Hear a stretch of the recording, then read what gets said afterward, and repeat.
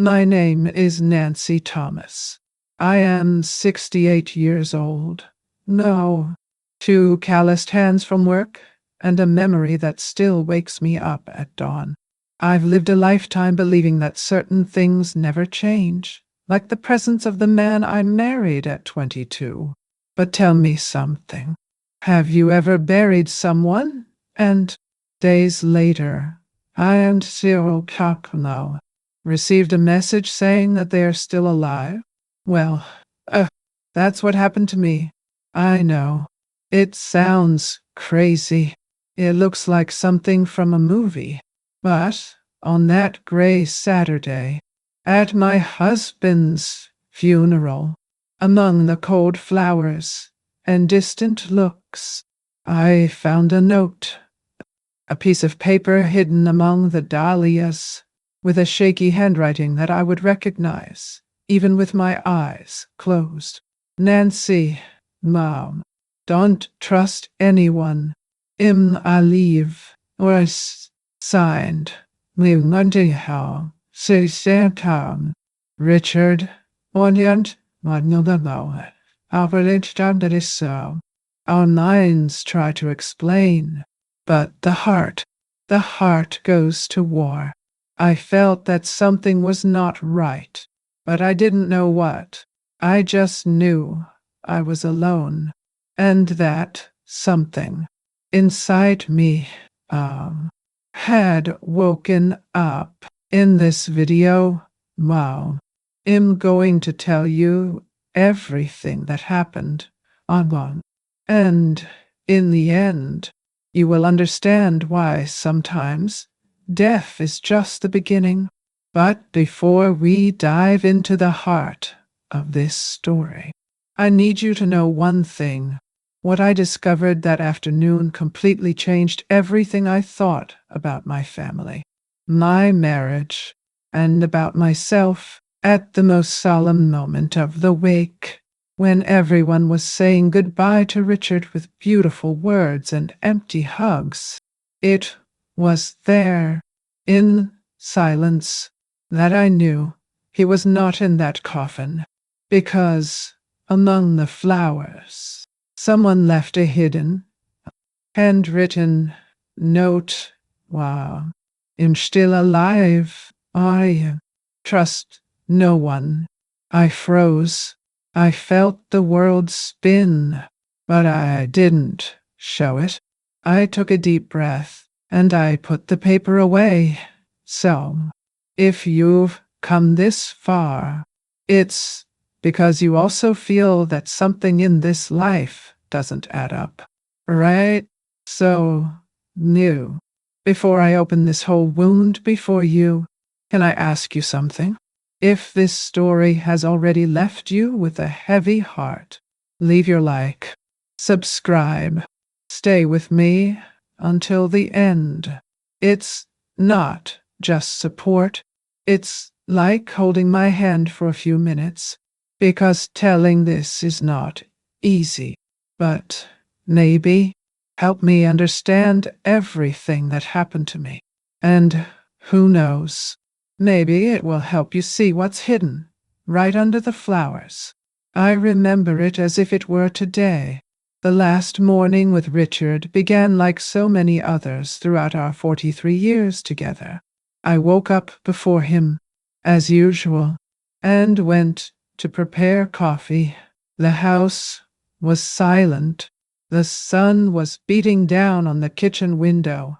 Why, I prepared 2 scrambled eggs, 2 toasts, and a coffee that he always said was too strong. But I took it anyway. That morning, he came down in a light blue shirt, dress pants, and that same aftershave he had worn since 1987. He gave me a kiss on the forehead, sat at the table, read an excerpt from the newspaper aloud. Wow. And said something about Dylan, our son, who had been wanting to sell the office. It was a coffee like any other, but today, I wonder, How did I not understand anything? How did I not feel? Richard left at 8:20 a.m. I heard the car start, looked out the window, and saw him adjusting his jacket in the driver's seat. That was the last moment I saw my husband, or at least I thought I was. At 2:37 p.m. Wow. Eine, da steht der Dantel. Kind. My phone rang. It was Dylan. His voice was low, direct, blunt. Mom, Daddy had a heart attack. He died. Is that it? No pause. No trembling. Ah. No, I'm sorry. I'm sorry. Only one sentence. He died. Ah. I remember that I was mute. My body didn't respond immediately. I sat on the couch as if my legs were gone. Ah. And I asked, but where is he? Dylan said the body had already been taken to the hospital morgue, that there was nothing to do. Let's solve everything. How? Mom, don't worry. Don't worry. Kneel down. From then on, everything became a mechanical parade of decisions that I did not participate in. Dylan took care of everything. He said he was going to speed up the funeral. How? That he was already talking to the McAllister Funeral Home, the traditional one here in Charleston. He didn't even ask me what I wanted. Nadius Aponchedio.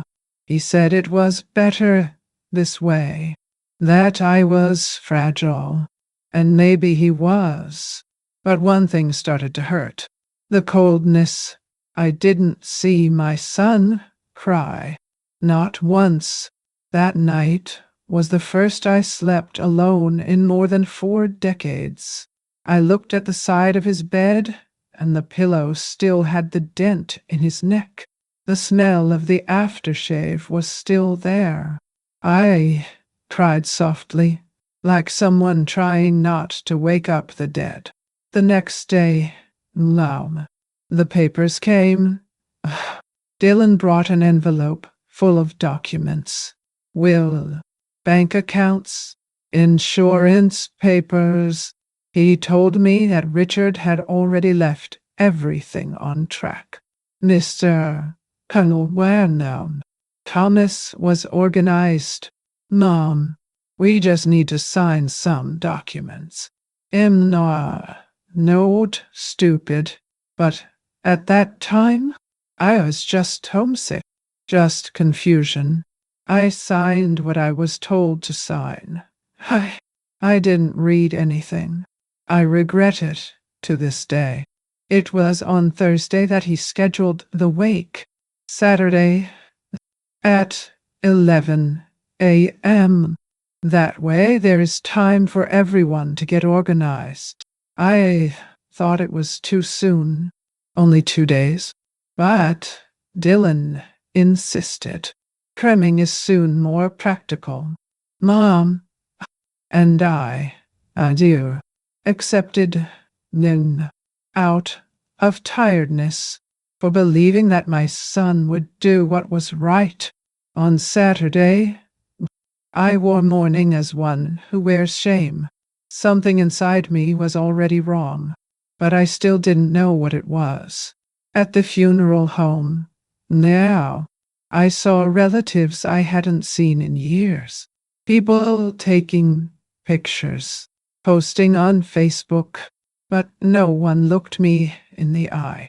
Paige, my daughter-in-law, passed me 3 times and only said my feelings with a face I can't explain, a mixture of guilt and haste. I sat down in one of the front seats, clutched the handkerchief in my hand and prayed inside. Wow, as if something there could still be saved. And it was there, at that moment, that I realized that they didn't let me see the body. The coffin was closed. They said it was the funeral home's choice. The face was very marked. Mom, better this way. But isn't it the wife who decides this? I slept with him every day. I cleaned up their fevers, their scares, their back pains. I should say if I wanted to see it for the last time. But I was given no choice. Only the closed coffin. Only silence. Only absence. No, no. There are moments in life when we realize that we have been taken from our own history, as if he were watching from the outside. Un train bon sur. That's how I felt that Saturday. Pause with me a little now. There, with me now. Because I need to ask you something. Have you ever felt that decisions were being made for you? As if you were invisible? He has already experienced a grief in which what hurt the most was not death, but the way they erased you together.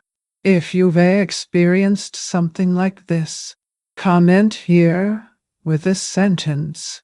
It can be an I believe, I've lived it, or just it touched me. I'll read it now, and I will know that I am not alone in this pain. At that time, even in silence, I began to pay attention. To be observed. Me. I noticed that Dylan and Paige exchanged quick glances all the time. Who talked in the corner? On the cell phone. Whispering, and that, for some reason, they didn't want me to stay too long near the coffin. One of the employees of the funeral home, a young girl with a restless look, even said, "Manto, I've shared on. We here. Do you want some tea? You can go to the next room." I thanked him, but I didn't get up. I sat there, firm, staring at that coffin as if staring at a wall, waiting for it to move. And it was, at that moment, in this heavy silence, that I saw something among the flowers. An envelope. It's now an unbelievable card. Simple and 100% here. Crumpled. No name. No, nothing. But someone had left it there. When I opened it, my heart almost stopped. Nancy, don't trust anyone. I'm alive. Mary, Richard, well on. I'm so sicher. My hand trembled. My eyes burned. But I held the note tightly. I kept it in my coat pocket and pretended that nothing happened. I got up, went to the bathroom and cried. It wasn't just fear. It was anger. It was pain. It was the beginning of something I still didn't understand. But something inside me woke up. And for the first time in days, I felt I needed to react. Because if Richard was alive, so everything that happened so far had a reason. And I needed to find out. And you, have you ever felt betrayed even by your own grief? But what came after that note? It was even worse. Much worse. Because the more I searched for answers, the more I saw that I was surrounded by lies. And suddenly, I was the next piece to be discarded. I kept myself seated the whole time, as Dylan wanted calm. You'd better be quiet. Mom, see, it avoids wear and tear. He said it with that tone of a funeral manager. Not a son, The words were rehearsed, the gestures calculated. The distant gaze. I saw him greet relatives firmly, talk about his father as if he were closing an account. He used phrases like an unexpected loss and let's go on with dignity. But he didn't mention a memory, a joke, or a single weakness of Richard's. It was as if he was burying a name, not a person. Visits were controlled. No. Friends who tried to approach were quickly ushered into the other room. My friends from church, like Mrs. Howell, Conrad, Abiyuxina Nakochow, Dottie and Evelyn, noticed not. Evelyn even whispered to me, "There's something strange here, Nancy." Yeah, I knew, Richard.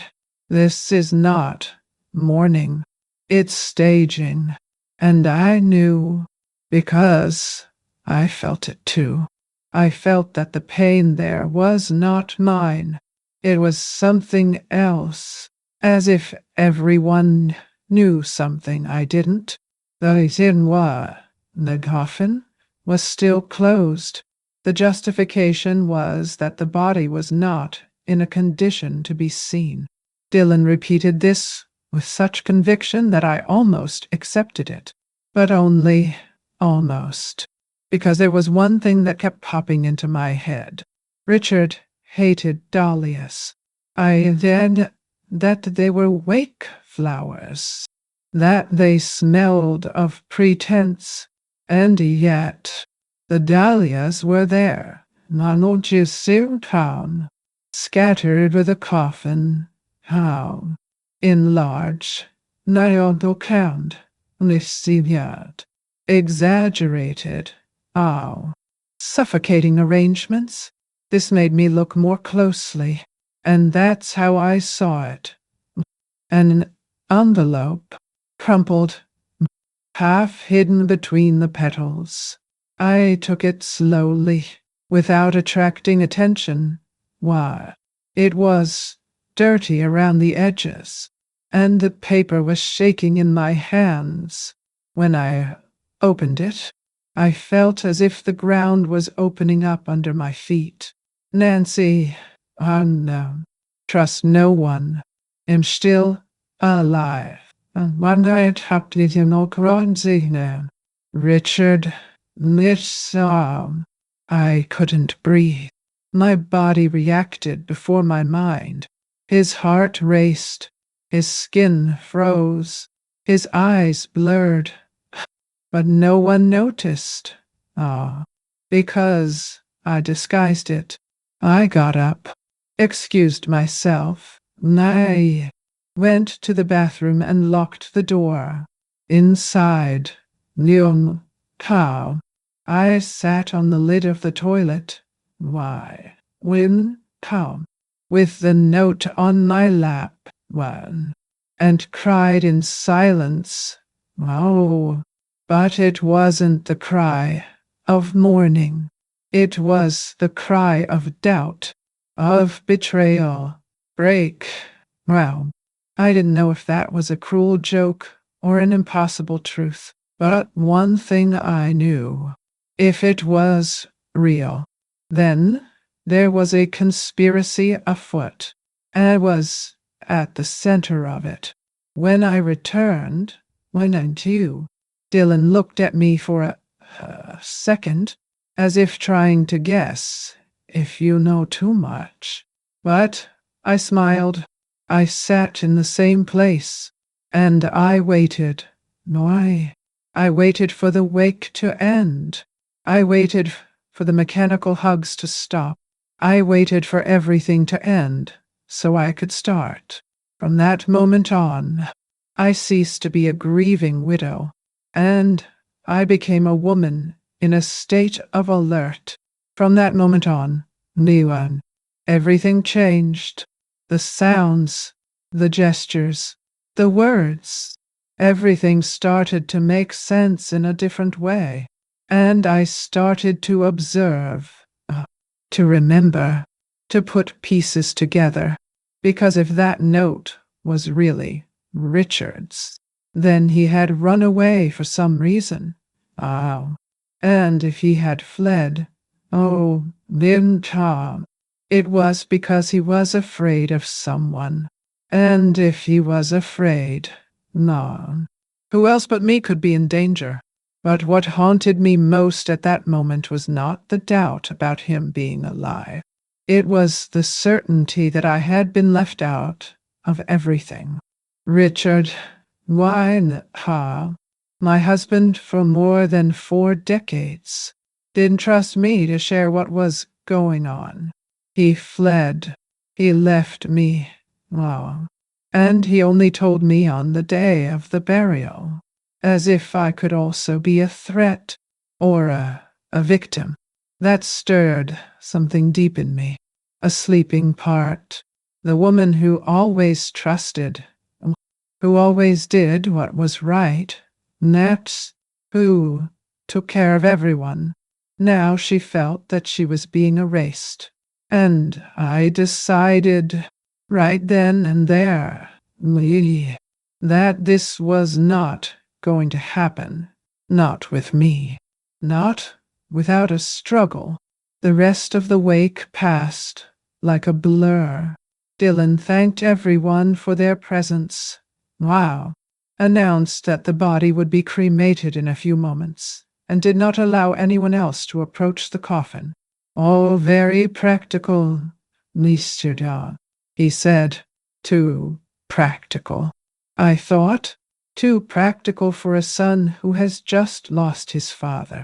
I saw Paige all the time with her cell phone in her hands, sending messages, coordinating something. I saw an exchange of glances between her and Dylan when he said that the insurance was taken care of, and I saw the girl from the funeral home, the same one who offered me tea, whisper to a man I had never seen before. None of them looked at me.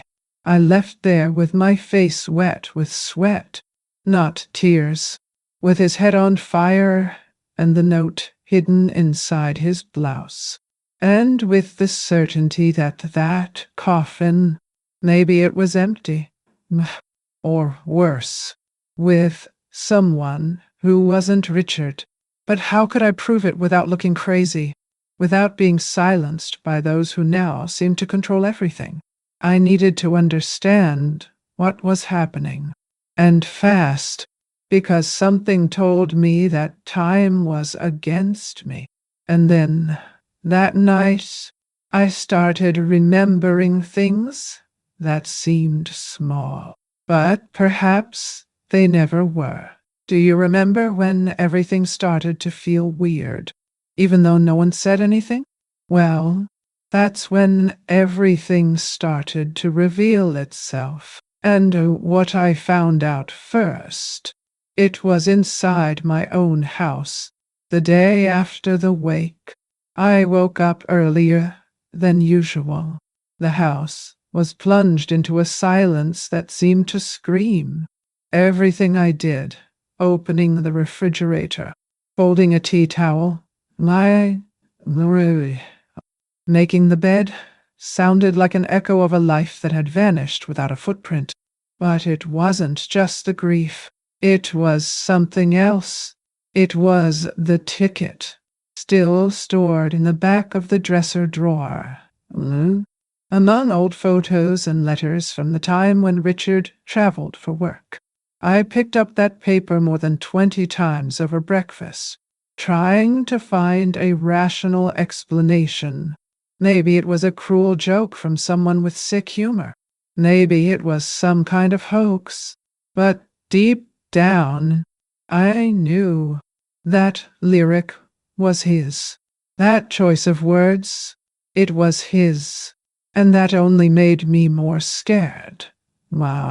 Because if it was really his, then what I was living was a very well-staged lie. I decided to look for my neighbor, Margie, who has always been my confidant on the balcony. I showed the note with trembling hands and lowered eyes. She looked, read it twice, and then looked at me as if she could see beyond the surface. Nancy, one, I shan't do. This is not a neighbor's joke. This here has the finger of people close to me. Do you really know your children? That crossed me. What do you mean? Know my children? I gave birth, created, took care of every fever. Nanda os upwan, out. Every fear. Dylan was my firstborn. I always thought it was the most sensible, the most similar to his father. But, what if this was also an invention of my mother's head? I returned home and, for the first time in a long time, locked the bedroom door. Was your way. I sat on the floor with the papers that Dylan had left days before. In the midst of them, I found the will. I didn't remember Richard talking about changing the will. And there it was, dated 3 months before death, signed Niels Dundown, sealed by Danlo. It is completely different from what we had agreed on all our lives. Everything was in Dylan's name. Well, the house, the life insurance, the joint account, even the retirement investments, everything. There was also a medical emergency clause, saying that in the event of disability or serious illness, Dylan would be allowed to make decisions on behalf of his father. That gave me goosebumps. Why would Richard have done that? Why didn't you talk to me? And even more, why just now, on the eve of his death? I started to pull from my memory some recent conversations between the two. I remembered one in particular, in the kitchen. How would I go now? A few weeks before the wake, Richard and Dylan spoke softly. When I approached, they changed the subject, but I remember Richard mentioned something about Nevada. I thought it was another one of those father-son travel ideas that never come to fruition. But now, that word kept throbbing in my head. Nevada.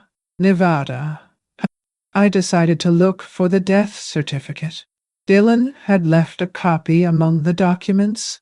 The doctor whose sign was called Dr. Alan Kruger. I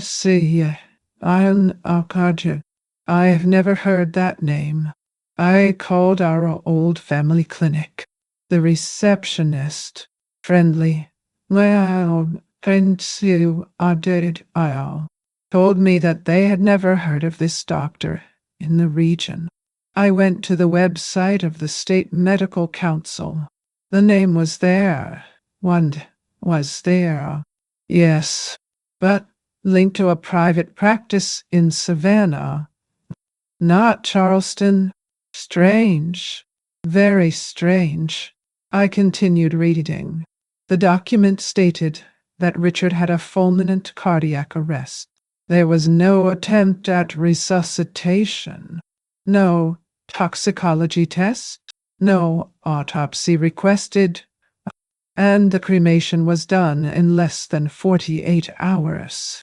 I knew it was possible, but even so, all that was too fast, too practical, and too far from everything Richard said he wanted. He always said he wanted a traditional burial. No cremation. I want my corner in the cemetery, under the oak tree. That's what he said. Why would you change your mind without telling me? Why would he leave everything ready for Dylan to act in such a hurry, without even allowing a dignified farewell? It was as if they had gotten rid of the body urgently, as if it were part of a plan. That's when my heart started beating differently, no longer with sadness, but with anger. No longer afraid, but thirsty for knowledge. I got up off the floor, looked around that room where I lived more than half my life with him, and I was sure of one thing. I needed to investigate, even if it was slow. Oh, even if it was alone. I needed to follow every clue, every whisper, every silence that I previously ignored, because now, how do? Every silence screamed. And in the meantime, one question didn't leave me alone. Why? Why did he write trust? No one. Why didn't he say don't trust Dylan or Paige? Why was it so vague? So desperate. What did Richard know? That I still don't know? And who else was involved in this lie? Because if the hole is as deep as I imagine, maybe I'm moving on something much bigger than I can handle. And the next step, it can change everything. Because there's a place in this house that perhaps he keeps answers that he never had the courage to give me. And that's where I'm going to look first. The house was plunged into a heavy silence, the kind that seems to spy on you from behind closed doors. I sat in the living room armchair with a cup of warm tea in my hands, trying to organize my thoughts. But all that came was the past, like an old tape that starts to run on its own.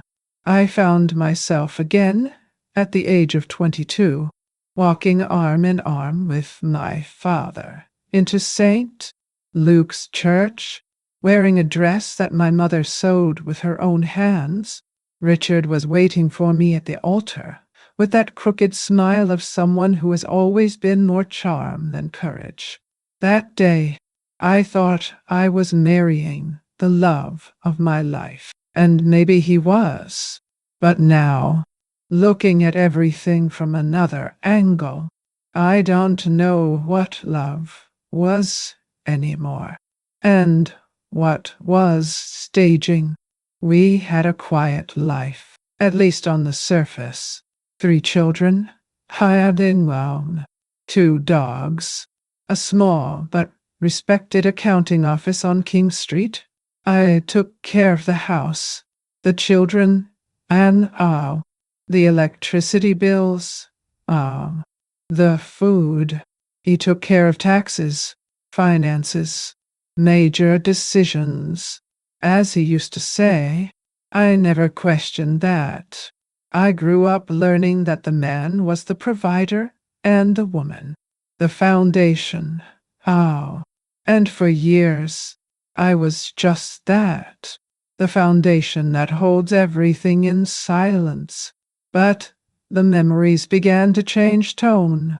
I remembered when he sold our beach house in Folly Beach, without consulting me, without consulting me.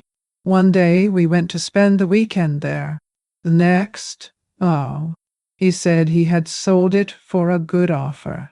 Then, I cried in the kitchen. He said it was the best for the family. More security.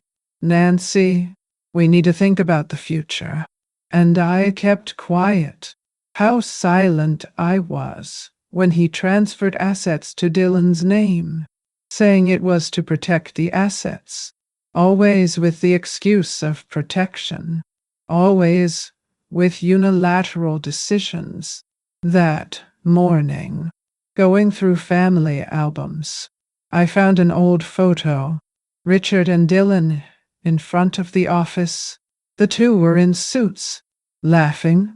Now, behind them, the sign for Thomas and Son, accounting.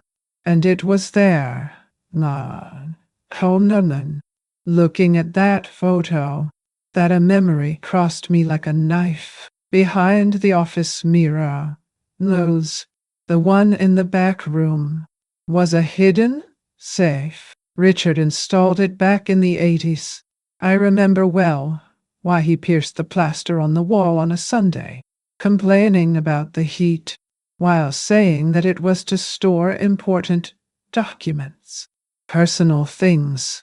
I never knew the combination. He said he didn't need it, that it was only his. At the time, I didn't care. I even thought it was romantic for him to have his secrets. Today, today, I see it differently. I got up from my chair like someone waking up from a trance. I went straight to the old office. The smell of mold and old paper invaded my nose as soon as I opened the door. The room had been the same way since he died, or since they pretended he died. The desk full of folders, the crooked curtain on the window, and a mirror on the wall. Large, heavy, not. With trembling hands, I pulled the mirror to the side. Behind him, there it was, unwanted he what? The safe. It was black, old, nano, starred, with the rusty latch on the edges. Well, I knelt on the floor and ran my hand over him. It was colder than the rest of the room. I didn't know the password, but in that instant, I knew I needed to open, because inside was perhaps what he never wanted to tell me, which no note could explain, and perhaps the only chance to know the truth before it was too late.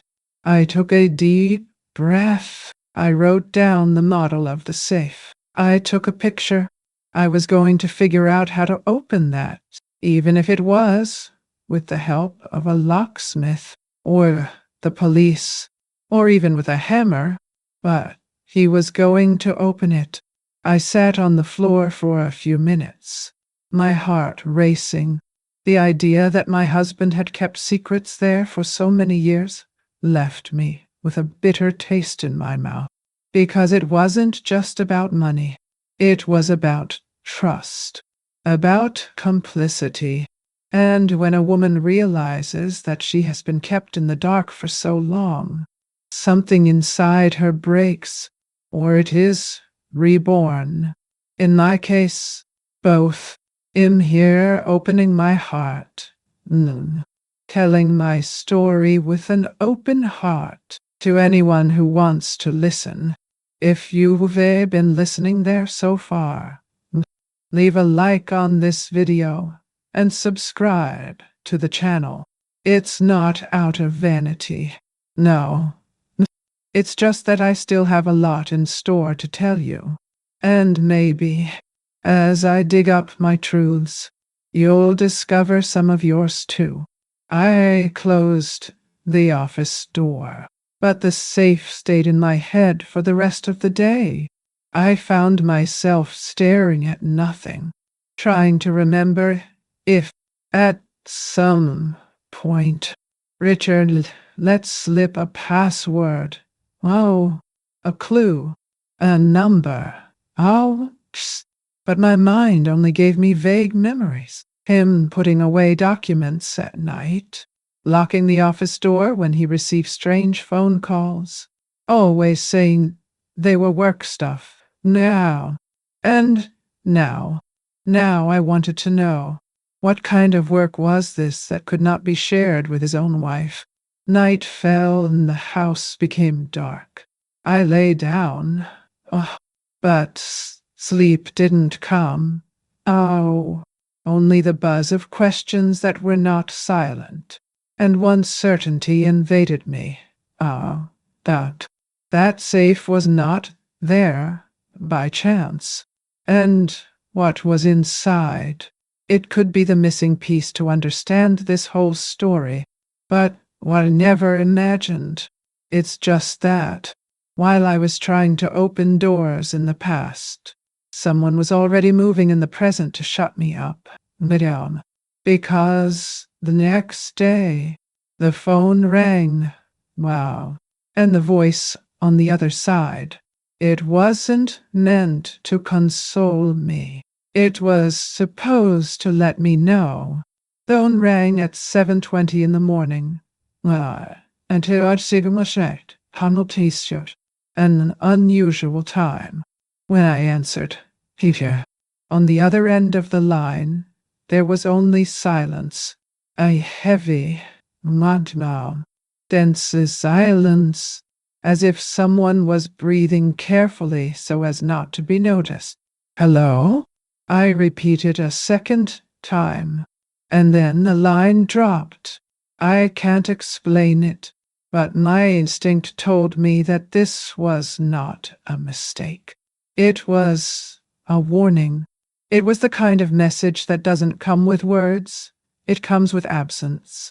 I got up, manly sailing, drank a weak coffee, and put on my most neutral clothes. I was going to leave. I needed to see it with my own eyes. I grabbed my bag, my usual coat, and went to Richard's old office on King Street. The facade had the windows covered by cardboard. A small sign announced for sale. I knocked on the glass of the entrance and waited. After a few minutes, the janitor appeared. Mr. Horace, a slow-talking man who had known me since Dylan had been in diapers. Nancy, what do you do around here? I made up some excuse. He said he needed to look for a souvenir, a personal object. I used the tone of a widow who still doesn't know what to do with the wreckage. He hesitated. But let me in. The hallway smelled of paint and dust. Richard's office was the second door on the right. The key still worked. When I entered, a wave of memories engulfed me. The mahogany table, the labeled folders, the creaking chair, all the same, except the mirror. Mind sealed about. I went straight to him. It was the same, but there was something different. I pulled it out carefully, and there was the safe. Only now, how? It had a new digital dashboard. None of that old spinning disk. An electronic, modern code. I stood there, staring at little nettle monster. I tried an old password. The date of our wedding. Nothing. Dylan's birthday. Nothing. The wrong password flashed red. No. With each attempt, it seemed as if the safe mocked me. I knelt down. It sucked how. Touched it with my fingertips. What did you keep here? Richard? Richard. I whispered. No. That's when I noticed something different behind the mirror. A paper glued with adhesive tape. Carefully. I took off. It was a thin, old, half-faded envelope. Inside, just a photo. A photo of Richard. But it wasn't an old photo. It was recent, very recent. I can't see that.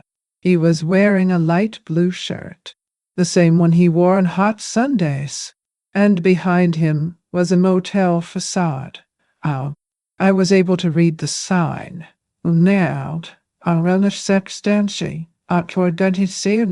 I was able to read the sign.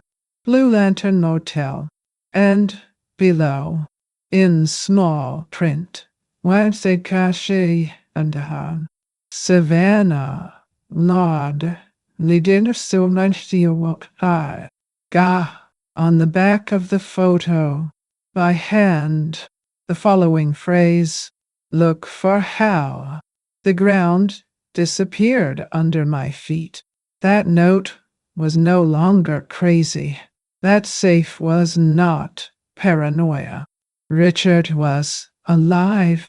He was in Savannah, and he wanted to be found. But for me, or by someone else, I left the building as if walking through a nightmare.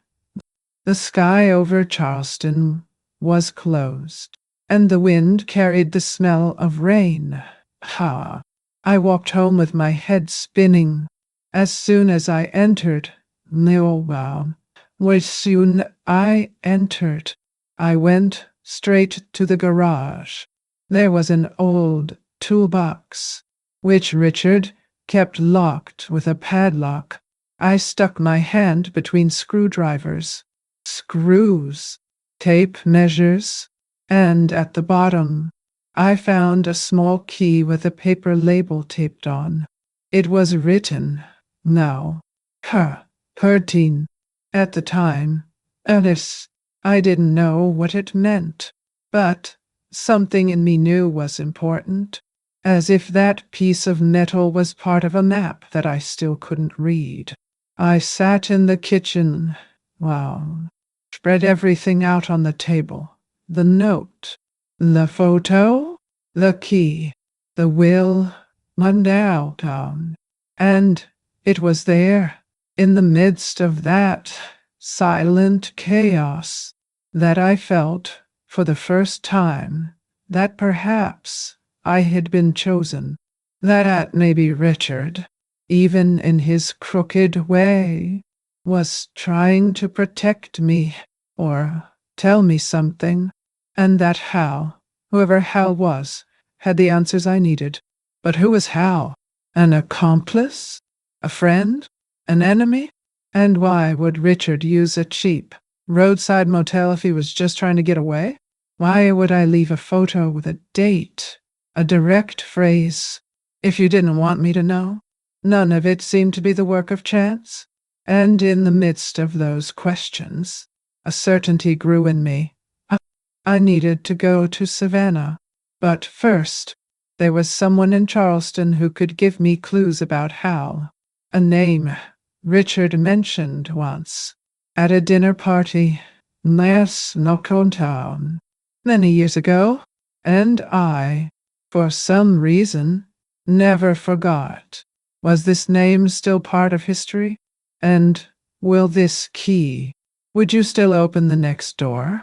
That night, sleep did not come, and too, I found myself walking around the house as someone walking through a war field after the bombing. Every piece of furniture, every portrait on the wall, every crack in the wood seemed to hold a secret. The silence of the dawn was heavy. But my head did not stop. The photo of the motel, the key labeled H13, the locked safe, everything pointed to a truth that I still didn't have the courage to look at head on. But I knew there was more. There was much more. I sat in front of the fireplace in the living room, which hadn't been lit in years. Richard loved the crackling of the wood in the winters, but after we started using the heater, it became just an ornament. It was then that I remembered. One day, still in the 90s, I saw Richard push a fake brick back there. At the time, I didn't give it importance. No. But now, power too. Now it all made sense. I knelt down, flashlight in hand, Old town had sitting here by secure, and began to touch the brick wall, as if looking for a beat in a tired chest. And I found it. One of them gave way under my hand, revealing a small hole. Inside, wrapped in thick plastic, was what looked like a notebook. I pulled carefully. No, it was a diary. Richard's diary. Moon. Savanternia. The pages were yellowed at the edges, but firm. The handwriting was his, firm, methodical, no. At first, they were just routine notes, office expenses, small reflections on taxes, when or now, complaints about the city hall. But as he moved to the middle of the notebook, the tone changed. The words were more spaced out, more urgent, as if he were writing in a hurry. Hidden. One phrase hit me like a slap. They want to shut me up.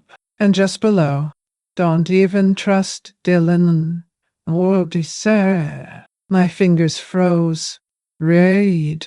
Once, twice, 3 times. There was no mistake. It was there, but written in the blue ink he always used. What I feared, what my head still resisted accepting, was confirmed before my eyes. No, my son was involved. Later, another note. We knowed Ian Turpin, Hal Perkins, Beaufort, now. He knows more than he says.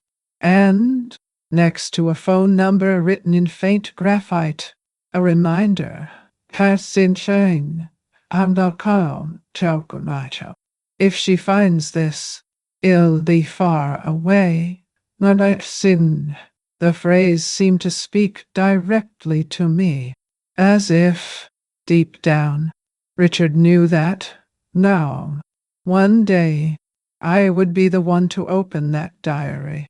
And maybe he kept all this, precisely because he knew that I would be the only one to connect the dots calmly, patiently. Because that's how I am. I always have been. The woman who observes, while others act. I took a deep breath, pulled at an old kitchen phone, Auntie and dialed Hal Perkins' number. The phone rang 3 times. A hoarse voice answered. Hello? I hesitated. It's Hal. Me. This is Nancy Thomas. I'm Richard's wife. Wendy, how am I? Now, Tom. The silence on the other side was dry, cold, and then, one at your own, und fortschritte.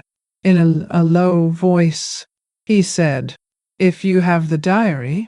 So, he managed to escape. Before I could ask anything, he hung up. I stood there, standing, with the earphones still glued to my ear, as if that wire was the only connection I had left with the truth. My legs trembled. No, I sat in the chair as if I were collapsing. He managed to escape. The words echoed inside me. But to run away from whom? Of what? And why did he need to hide? Suddenly, the image of Dylan came to mind. The way he looked at me at the wake, the coldness, the hurry, control of everything. That wasn't just badly processed grief. It was something else. That same night, he showed up here. He said he was worried about me, that I seemed too tired, that it wasn't good to rummage through the past. That gave me a chill. I didn't say anything about the diary. I'm watching Chumter Sondheim, but I looked him right in the eye. For the first time, I saw something I had never seen. A shadow, a distance, as if he were looking at a piece on the board. Not his mother. With his shadow. Well, one shout me her. Hurt. Dylan? Do you know anything about your father that you don't want to tell me? I asked, dryly. No. What foul? I did 60 cow. He laughed. That brief, impersonal laugh you use when you want to end a conversation. You need to rest. Mom, the lady, not mother, as he used to say when he was a boy. Nor mommy, you stand down, how cash sound, as he sometimes said at Christmas. Now, I was you. An obstacle, a piece out of place. He left, saying that he would return with the final insurance documents. I closed the door with my hand still cold, and I sat down, again, in the armchair in the living room, with the diary on my lap. I felt small, but at the same time, determined, because now, and so, more than ever, I knew I was surrounded, and that he couldn't trust anyone, nor in the blood I carried in my womb. And it was there, between the diary and the darkness of the night, that I whispered to myself, if he trusted me to leave all this, so it's because I'm stronger than they think. No, sometimes we live a lifetime thinking we know who is on our side. But the truth only comes out when everything falls apart. Now, that's why I ask you, stay with me until the end, because what's next? It's the beginning of the hardest part, and more revealing, because the next day, someone knocked on my door, and what this person gave me, I would change everything again. I woke up before the sun that morning. His chest was still tight. His thoughts were scrambled. No, but there was a clarity I hadn't felt in a long time. I couldn't fake it anymore.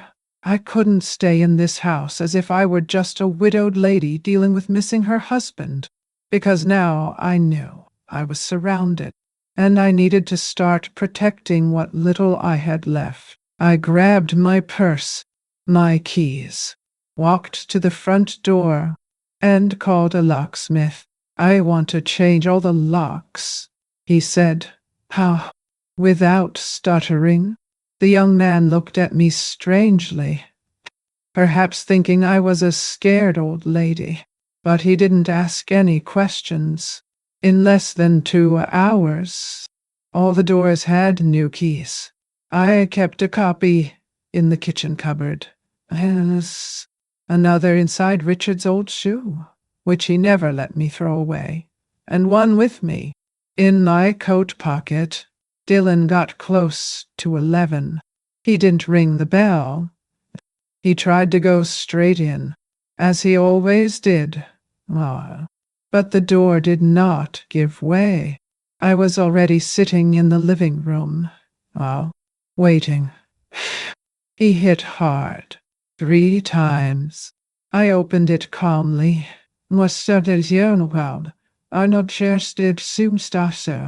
Why did you do that? Mom? Are you crazy? He shouted. No. But I remained serene. I need a break. That's all. He snorted. Well, and count. No, and out. Turned his back and said he would come back later. No. I closed the door without saying anything else. That same day, I went to the bank. I deactivated the linked cards, closed the joint accounts, and withdrew everything possible from the savings I had kept for years in the false bottom of the laundry closet. It was little, but it was mine, and at that moment, having something of my own meant more than any value. I took the car and drove to Beaufort, Newnham, and soon the road was empty, the sky clear, but my heart seemed to weigh tons. I remembered the name. Hal Perkins. Richard mentioned him in a distant conversation. When he was talking about a former client who knew too much. In the diary, he was there, no bumps.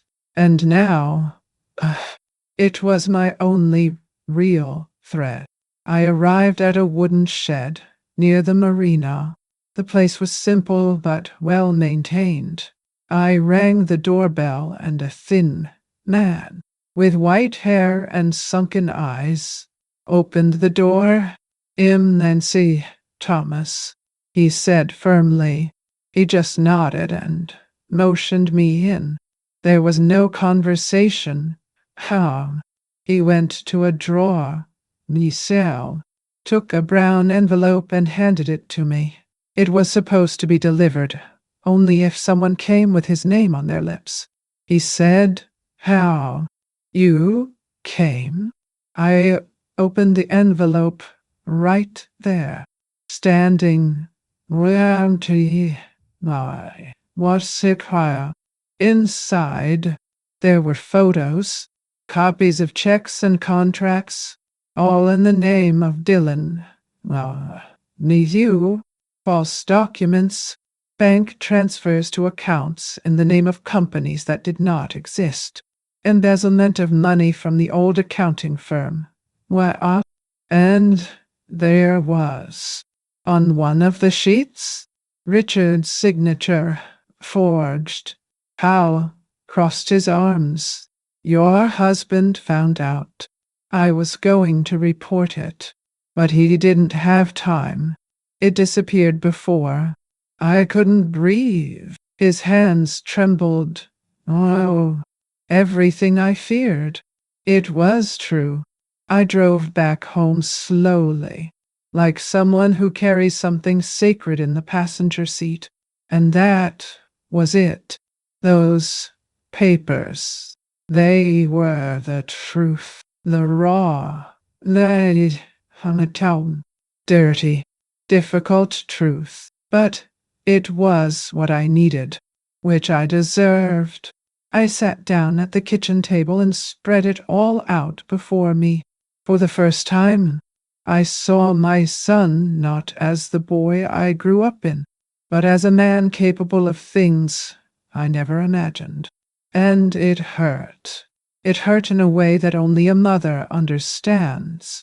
No, sometimes we spend our lives thinking that we have raised good children, that he did everything right, who taught what was fair, but life shows that we create. Yes, but it does not control. That the good we plant does not always sprout the way we expect it. It is a silent but deep pain. If you've ever felt that, comment below with an "I understand you" or "I know how it is." Because I know I'm not the only one. And there, in that bitter silence of my own kitchen, I made a decision. I wasn't going to run anymore.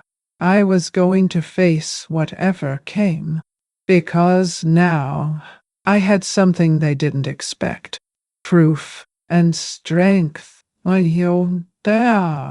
But what I didn't know, it's just that someone had already noticed my movement.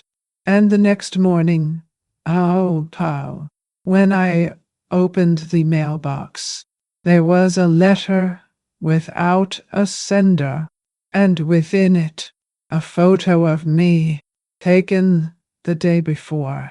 No, where's in Beaufort, New City. That morning, my soul. The sky looked grayer than usual. I woke up with a pain in my chest that didn't come from my body. It was a deep sadness, one of those that weigh on the soul. I went to the balcony to get the newspaper, which almost never came on Sunday, and found the mailbox ajar. Inside, a nearly small, white envelope, without a sender. Nay, how young. When I opened it, mine. The world around me seemed to stop. It was a picture of me, taken from afar.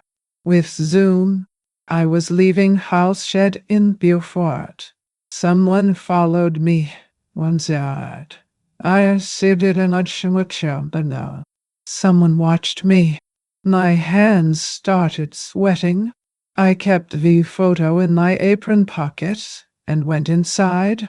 I tried not to panic, but I confess that I spent the rest of the day with the feeling of being watched. In the evening, I made some tea, sat alone in the kitchen, and tried to understand. Who knew? Who was behind all this? And, more importantly, how far were they willing to go? And then, around 11 o'clock at night, the phone rang. I didn't recognize the number. I answered in a low voice. On the other side, heavy breathing, then a short, now, cutting, emotionless sentence. Stop digging, or you'll be next. The silence that followed was even more cruel than the threat. I stood there, with the phone glued to my ear, even after the call dropped. My whole body trembled. Nil now. I went to the living room and closed all the windows. I locked doors, turned off lights, but nothing gave me security. For the first time in my entire life, I was afraid to sleep in my own house. The next day, I realized that the garage had been disturbed. The car had the glove compartment door open, the papers overturned. The passenger seat moved, but nothing taken. It was just an invasion, a warning. It was supposed to scare me, and they succeeded. I went to the police station. Took the photo, told them about the call, the threat. The sheriff heard me with that pitying expression they give to lonely widows.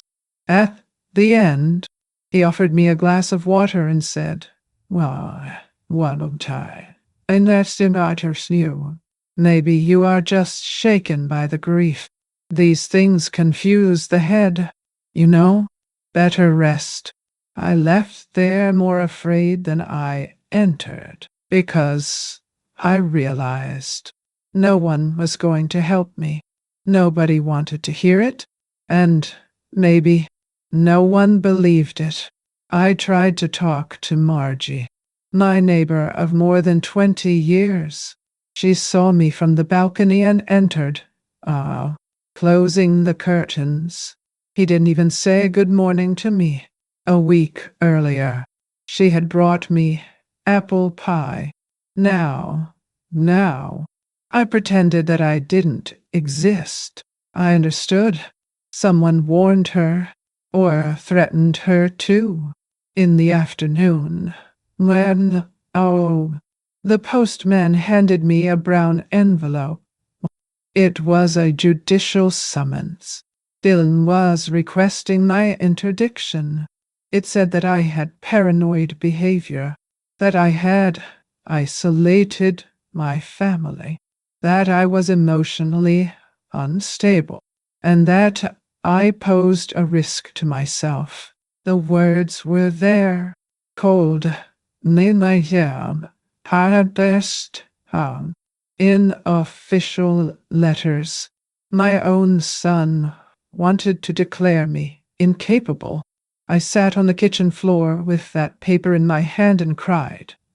I didn't cry softly, nor beautifully.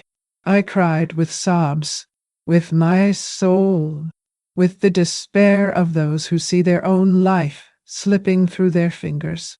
They were erasing me, discrediting me, turning into a sick woman so I could silence everything I knew.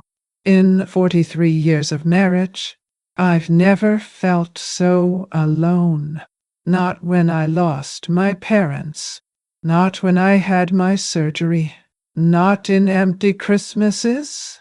No, that it was a deeper hole because I knew I couldn't trust anyone else, not even in the police, not even in the neighbors, not even in my own blood. I stood up slowly. Now, my knees hurting, my throat dry.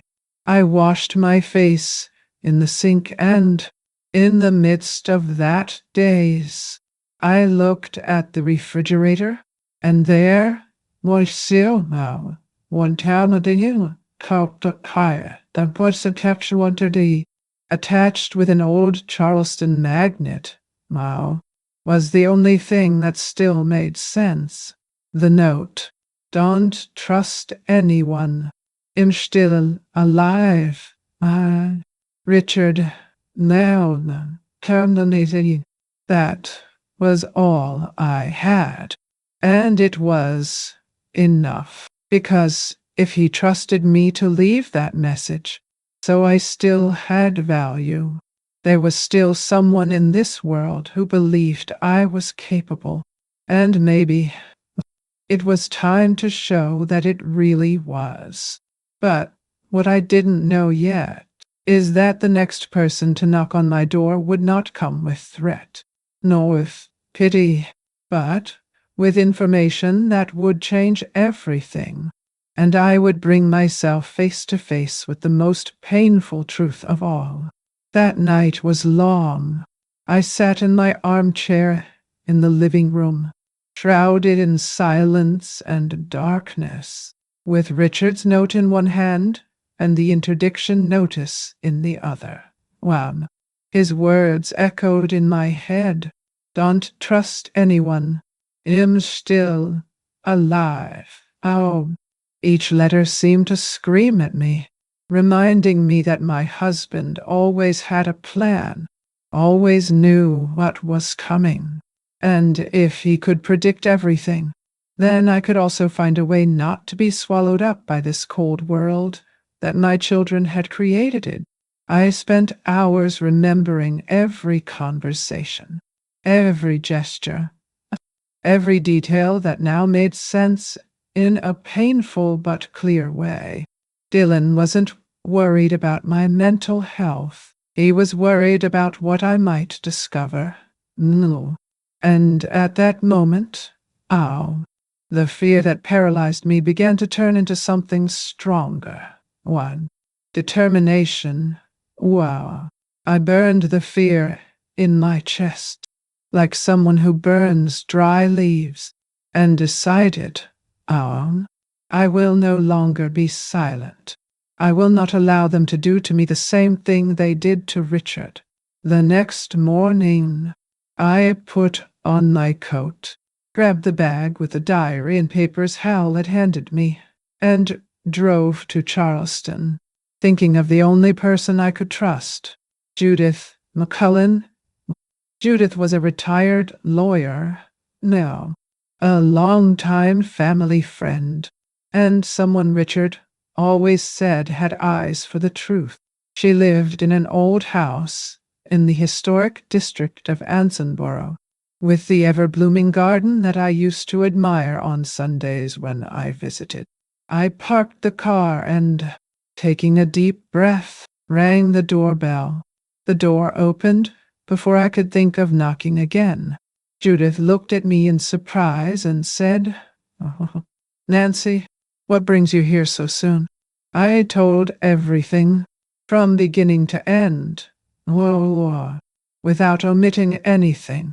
With each sentence, her eyes widened. But she didn't interrupt me. She just wrote it down. Wow. With a pen that looked as old as herself. After listening to the whole story, I leaned over the table and handed over all the documents. Photos, contracts, checks, Richard's diary, Noren Kabulokar, Adisastio Pornata. Judith, I need someone to help me. I can't do it alone anymore, but also can't wait for them to silence me. She took a deep breath, ran her hand through her gray hair, Nonachson Abad, and you're still calm, and looked at me with an intensity that made me feel a spark of hope. Nancy, this is not just account embezzlement or common fraud. This is federal fraud. And they manipulated documents, signed fake checks, embezzled money from the company. If we can prove it, you'll have a powerful weapon. As my hands trembled, but not from fear. They trembled with adrenaline. No, from a late awakening. For the first time in weeks, I felt there was a way. I would no longer be a spectator, sitting in her kitchen, between cups of steaming coffee. We began to organize each piece of evidence. Judith explained to me how it worked. Every check had to be tracked, every signature compared, every bank transaction recorded. Dylan and Paige, his wife, had made moves that left traces they couldn't erase. Richard had documented everything, almost obsessively, because he knew that, sooner or later, something would go wrong. And there I was, holding on to this evidence, with a determination I hadn't felt in a long time. The feeling was strange, fear and power mixed. Power because now I had what I needed. Afraid because I knew they would notice my movement and try to stop me. But, above all, there was the certainty that Richard did not die in vain. He had left me a legacy, not only of love, but of strategy. He knew I could keep going. As we arranged the papers, Judith spoke softly. No, Niwan. You know, Nancy, what starts to come. What you're doing is very brave. Few people would face their own children like this, with trials in hand and courage in their hearts. But you have to be careful. They are intelligent, cold, and desperate. We can't underestimate them. And I shook my head, thinking about every detail I had noticed since the funeral. Every cold look, every calculating smile. Now, every time I retreated, they moved forward, but not anymore. Now it was my turn to move forward. I looked at Judith and said, I know that guys, if this piece of my life can become a mirror or a hug for someone, will it help me move it forward? Like and subscribe here to the channel. Why, it makes more difference than you think, because I need people to understand that you can't silence those who seek the truth, even when it seems too late. She smiled. There'll be times and time, understanding the intensity of my voice, of my silent request for support. because I knew I wasn't just fighting for my life and Richard's memory. I was fighting for the truth to prevail, even if no one else believed it. When I left there, the sun was already setting over Charleston. Why not cut the beyond? You and blessing longs. The city seemed so peaceful, so normal, that it was impossible to imagine that a silent drama was unfolding in the shadows of my own home. But I felt the energy of my decision pulsing through my veins. I was going to face Dylan and Paige with intelligence, with strategy. There was no more room for fear. Now I could teach out.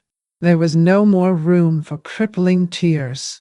Life had tested me for decades, and at that moment, I finally decided I would no longer be deceived. I would no longer be silenced. Mu silverstorm. Ever not from to and steward door.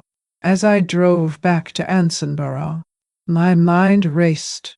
Every step we would take with Judith needed to be calculated. Every call, every visit, every document needed to be recorded and protected. They could no longer surprise me. I felt this, however, that something greater was coming, something that would require not only courage, but coolness, patience and cunning. And deep in my heart, I knew I was ready, because I could no longer allow myself the vulnerability that had cost me so much. But even with all the clarity, there was a giant question mark hanging over my head. Was Richard alive? No. Or did he know this was going to happen and set everything up for me to prove the truth? This doubt accompanied me like a shadow, but it did not paralyze me. She pushed me. Every mile traveled on the road back was a reminder that my path had changed forever. I was no longer just a widow. I was a woman armed with evidence, knowledge, and the instinct that Richard had always trusted me. When I got home, the kitchen lights were off. I sat on the chair at the kitchen table, picked up the note he had left, and looked at him once more. Don't trust anyone. I'm still alive. Ow. I smiled, sadly, but firmly. I knew that his every word had a purpose, and I was ready to honor that purpose. Deep in my chest, a solid certainty began to form. Whatever came next would not be easy. They would try to intimidate me, scare me, pressure me in every way. But I wouldn't give in. I had proof. I had strategy. And most of all, I had the truth. And, as Richard always said, the truth always finds a way. But the question that kept popping into my head was, how far would Dylan and Paige go to try to stop me before I could expose everything? What if what I discovered was even darker than I can imagine? I spent the whole day with Judith at her kitchen table, surrounded by papers, contracts, and photos. Each document she analyzed seemed to open a new door to the labyrinth of lies that Dylan and Paige had built. We discovered something that made me cringe. Richard had taken out $250. Zero life insurance, but no one in the family knew. Not me. Not Dylan. Not his siblings. How? The value was not only significant, it was a carefully guarded treasure that Richard had planned for me to use, if anything happened. But to my surprise and horror, the records showed that months before her death, The insurance had been transferred to a shell company, linked directly to Paige, the daughter-in-law, who always smiled with fake sweetness, now had a financial maneuver that placed her above any direct suspicion. Judith ran her hand through her hair, taking a deep breath, and said, "My Stern, Nancy, they're no bad fun. They're not just trying to trick you emotionally. They are messing with money that is their right." Dylan forged her husband's signature on at least 3 documents. "This is a federal crime." My stomach turned. I felt the weight of the world, but also something strange, a mixture of anger and clarity. For the first time, I realized that it wasn't just about protecting money. It was about justice, about showing that no one, not even my children, could betray Richard's memory with impunity. As Judith called contacts at the state insurance department, explaining the case, I began to notice details that had once seemed insignificant. Dylan's looks as I walked through the room. The way Paige always insisted on helping with papers that weren't hers. Each gesture planned with precision. They were preparing the ground to declare me incapable, to get me out of the way and take everything. And for the first time, I understood the scale of the plan. It was meticulous, cold, and included not only theft but emotional manipulation. Dylan spread rumors among neighbors about my mental state, insinuating that I was not well, that I needed medical help. That was getting paranoid. I realized that they were trying to build a solid case to officially silence me. Anger rose to me like wildfire. Every lie they told, every forged document, every malicious whisper, all of it was a direct threat to my life and Richard's memory. And at the same time, determination was growing within me. I couldn't allow this to continue. Every fraud, every manipulation was a line I would confront. I needed to act fast, but intelligently, as Richard always taught me. When they try to silence you, don't shout. Show the truth. Judith looked at me and said, Nancy, the complexity of it all isn't just cool. It's personal. Now I'm not chucked down. My current state of remarkabilities. They planned it as a game, and you're the main piece they want to move off the board. I felt a pang of fear, but also a strange sense of power, because, unlike them, I had the truth in my hands. Richard wouldn't leave me alone in this maze of lies. He knew that if I kept calm and followed the right steps, I could expose everything. And there, sitting between the papers, with the coffee cooling in front of me, I realized something that made me tremble with emotion. Even surrounded by betrayal and deceit, there was still a thread of hope, a path to justice, and that thread was strong enough to support me as we analyzed every registration, every signature, every bank movement. Judith explained to me the logic of the fraud. They're not just embezzling money. They are creating a history that seems legitimate. The checks, the contracts, everything is lined up so that it feels like you're confused, emotionally unstable, unable to manage what's rightfully yours. It's a complete scheme of family manipulation. I felt my heart race. Anger was mixed with incredulity. No, how could they think that I would accept it quietly?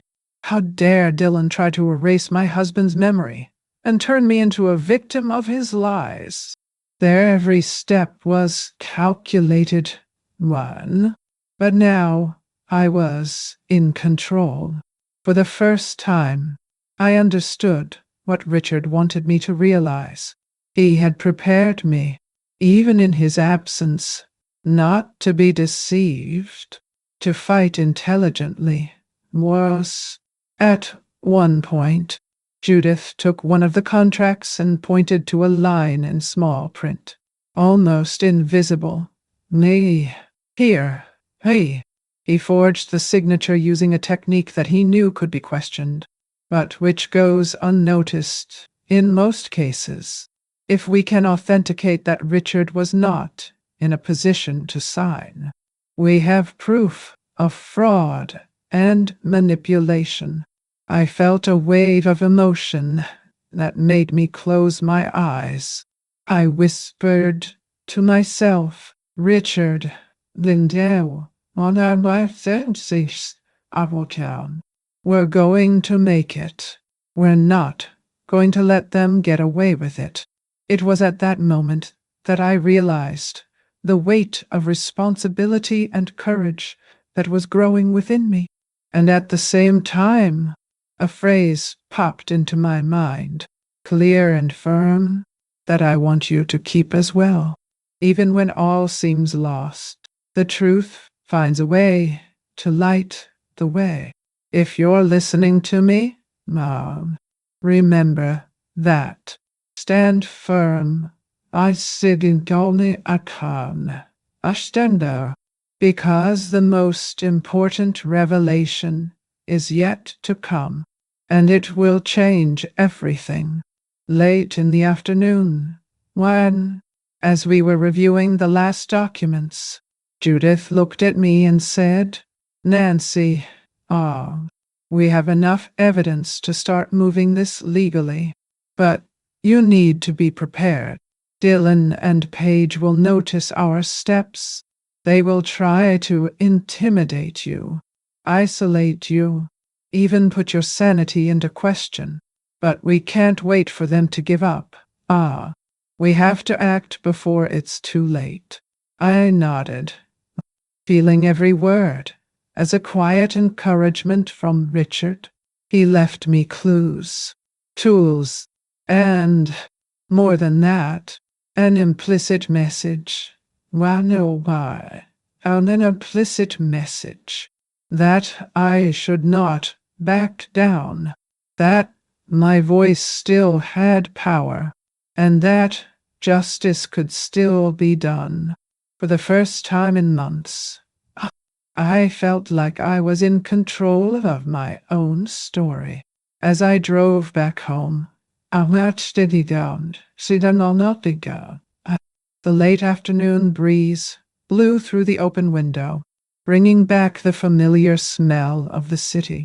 He thought about the next steps, the details that still needed to be checked, the evidence that would be delivered to the authorities.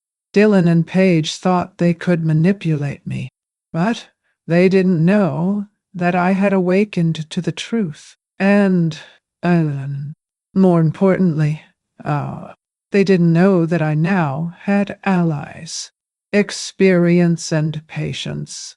Their plan was about to be exposed, but I needed to act precisely. Every move would be crucial, and deep in my heart, I knew that the greatest revelation had not yet happened. Something bigger, something that would change the way I saw this whole plot, was about to reveal itself. The next step wouldn't just be about money or fraud. It would be about uncovering the full extent of the betrayal surrounding me. And the truth could be more shocking than anything I could have imagined. The question hovering over my mind was clear. How far would Dillon and Page go to keep their empire of lies intact? And what else had Richard left to guide me in this battle? The morning started cold in Charleston, with the shy sun trying to break through the low clouds over the harbor. I sat in my kitchen, surrounded by stacks of papers and envelopes that Hal had handed me, staring at the bank statements that Judith had looked at carefully. Among the old documents, I found something that made my heart race. A bank account registered in Reno, Nevada, in Richard's name. Now, und I sit and costed in Okai and teacher. An account that no one had mentioned, that never appeared in family conversations or in our accounting files. Hal explained to me that it was old. No, but the recent movements indicated something that seemed impossible.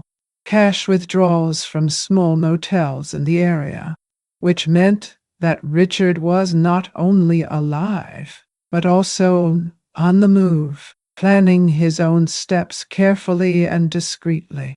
One of the receipts was dated 2 days before the funeral, and the name of the drawer was only an abbreviated signature. Rick T. My heart trembled. If he's alive, well, he wants to be found. Now, Judith said, can I come?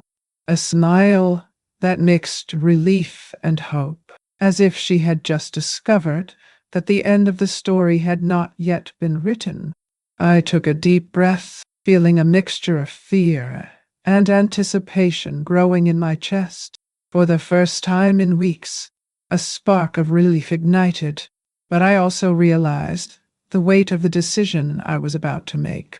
If I wanted to meet him, I needed to act alone, without depending on anyone, and prepare myself for anything. While Judith helped me arrange the papers, we discussed the logistics, tickets, lodging, and the possibility that Dillon and Page could figure out my moves if we weren't careful. I decided that I would buy a one-way ticket to Reno, an act that seemed simple, but which to me represented a complete break with the world as I knew it. Leaving Charleston meant leaving behind the routine of 43 years, the safety of my home, the remnants of the life Richard and I built together. But curiosity and hope of meeting my husband again, or at least understanding the truth behind the note and the clues he left, were stronger than fear. Before leaving, I sat down and wrote a sealed letter. In it, I put everything I knew, every discovery, every suspicion, every piece of evidence that Hal and Judith had helped me gather. The letter would be turned over to the police if something happened to me. Feeling responsible for my own safety and Richard's truth gave me unprecedented clarity. I needed to be meticulous, calm, and resolute as I packed the documents in a leather briefcase. My thoughts went back to old moments in our lives. I remembered Richard laughing on the porch, holding my hands tightly even on the toughest days, and the silent promises we exchanged when everything seemed simple and safe. A smile came. Nice day and solitude, mixed with pain. It is curious how certain memories have the power to shape us, to strengthen us, even when everything around us seems to fall apart. That memory gave me courage, but also an emotional weight that almost made me cry right there. I stopped for a moment and allowed myself to reflect. How many times in life are we tested, betrayed, known, or left to fight alone, but find strength in memories that connect us to what really matters? If you're listening to me, look in your own chest of memories for something that has marked your life, something that gave you strength or hope in the darkest moments, and share it in the comments. A word, a gesture, a moment that kept you going. Something like "I've been there," or "it touched me." Because sometimes our experiences reflect on each other and help us endure what seems impossible. Back to reality. My heart was beating fast as I packed my suitcase. A mixture of anxiety and determination washed over me. Every object I put in my bag was carefully selected. Discreet clothes, a notebook, Richard's diary that Hal had left me. Oh, and the documents that proved Dylan and Paige's movements. I knew that the trip to Reno would not only be physical, but emotional. I would be looking for answers that could change everything, including the perception I had of my own family. The setting expanded beyond Charleston. The game of lies and secrets was now spread to other states, and my search for the truth had no return. As I drove to the airport, my mind reviewed every detail, every clue, every whisper of suspicion that had arisen since the morning of the wake. Dylan had been cold. Nah. Paige was smiling falsely, and Richard had carefully left clues for me. I realized that every gesture, every document, every note and photo that Hal had handed me was part of a larger plan, a map to guide me. My breathing quickened as I imagined Richard, possibly in a motel room, watching the city move, planning every step to stay safe while also giving me signs of life. The emotion was intense. Every mile traveled toward Reno seemed to bring me closer, not only to him, but to the whole truth that Dylan and Paige tried to hide. On the plane, I looked out the window, seeing the clouds slowly passing below. I felt a mixture of nostalgia and anticipation. The memory of the Charleston balcony, the smell of coffee, and Richard's laughter contrasted with the adrenaline of the search. And I wondered, how far was he willing to go to stay safe and still leave me clues? The possibility of reunion and the promise of answers consumed me. Every minute that passed was a silent countdown to finding out the extent of the conspiracy and, more importantly, whether Richard was really alive and waiting for me. As the plane descended over the dry, new, lighted streets of Reno, his heart seemed to have no place in his chest. I thought about the people I knew. The streets of Charleston were down, uphill used into a bocale, the friends who stood by me. But deep down, I knew that this mission was mine alone. Then the city seemed strange, but safe to begin the investigation. The old bank account was just the first step. Now, I needed to find out where Richard really was, who could help him, and how he had escaped without a trace, while still making sure I could find him. A feeling of cold ran down my back, followed by a wave of determination. Oh, if he was alive, I would find him. And if he wasn't, no. He still needed to find out the whole truth before Dylan and Paige could hide it all for good. The question that haunted me was clear. How many layers of lies would I need to tear apart to get to reality? And most of all, would what I discover forever change the image I had of my own family and the man I loved for so long? Reno seemed eerily quiet that afternoon, as if the dry desert heat had absorbed all the noise of the city. I drove down the road that led to the small, roadside hotel, following every coordinate Richard had left, every detail Hal had carefully passed on to me. My heart was beating fast, a mixture of fear, anxiety, and an almost childlike hope. When I parked in front of the Neon Pines motel, I realized that there was no one at the front desk, just the wooden door creaking slightly in the hot desert wind. I grabbed my bag firmly and walked toward room 213, feeling each step as if I were getting closer, not only to my husband, but to the truth that had been hidden from me for weeks. When I opened the door, my heart almost stopped. There he was, Richard Richard Seward, alive, thin, when he down, Adam was to gonna count up to the capta. Haggard, with eyes that reflected paranoia and exhaustion. He recoiled, downtown, out the goddamn, surprised, and his voice cracked as he spoke. Nancy, you shouldn't have come. They'll find you. I sat slowly, taking a deep breath, trying to convey calm. As he wrapped himself in the covers. He was the man I knew, but different. The weight of weeks of fear, loneliness, and secret planning was visible in every line of his face.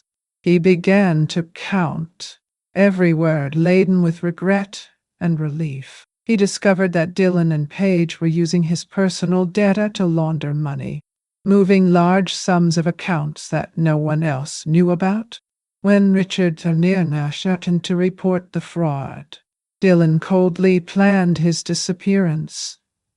He drugged him, simulated a heart attack, and, with Hal's help, Richard managed to escape and hide.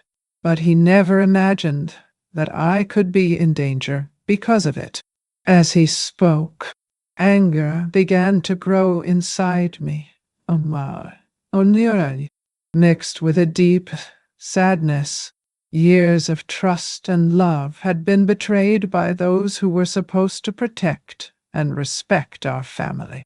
But at the same time, there was a thread of hope, the certainty that, together, we could now fight and unmask Dylan and Paige.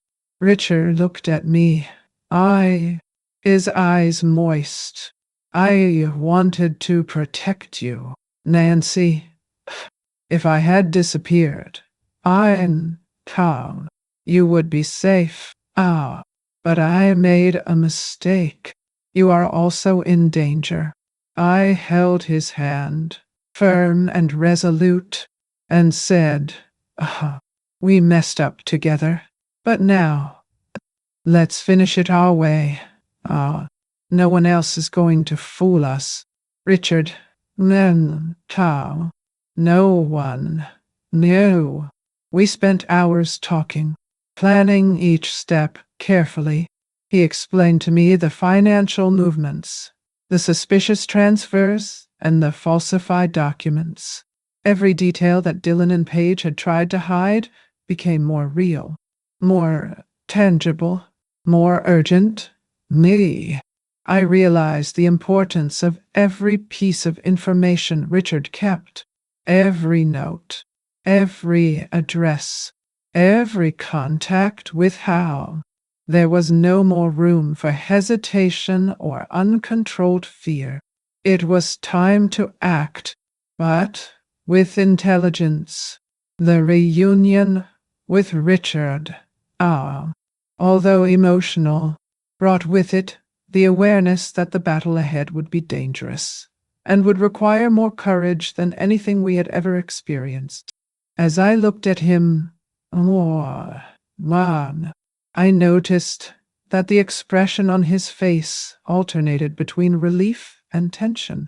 He was exhausted but determined. What struck me most was that, despite everything, There was still a trace of the man I loved, that quiet calm that always found solutions, even in the most difficult moments. Richard had prepared his escape with extreme caution, but the surprise of seeing me there, alive and alert, shocked him. I realized that he trusted me now, as much as I trusted him. That shared trust became the bedrock of our strategy. Together, man down, and out to sea, we were stronger than any threat Dylan or Paige could pose.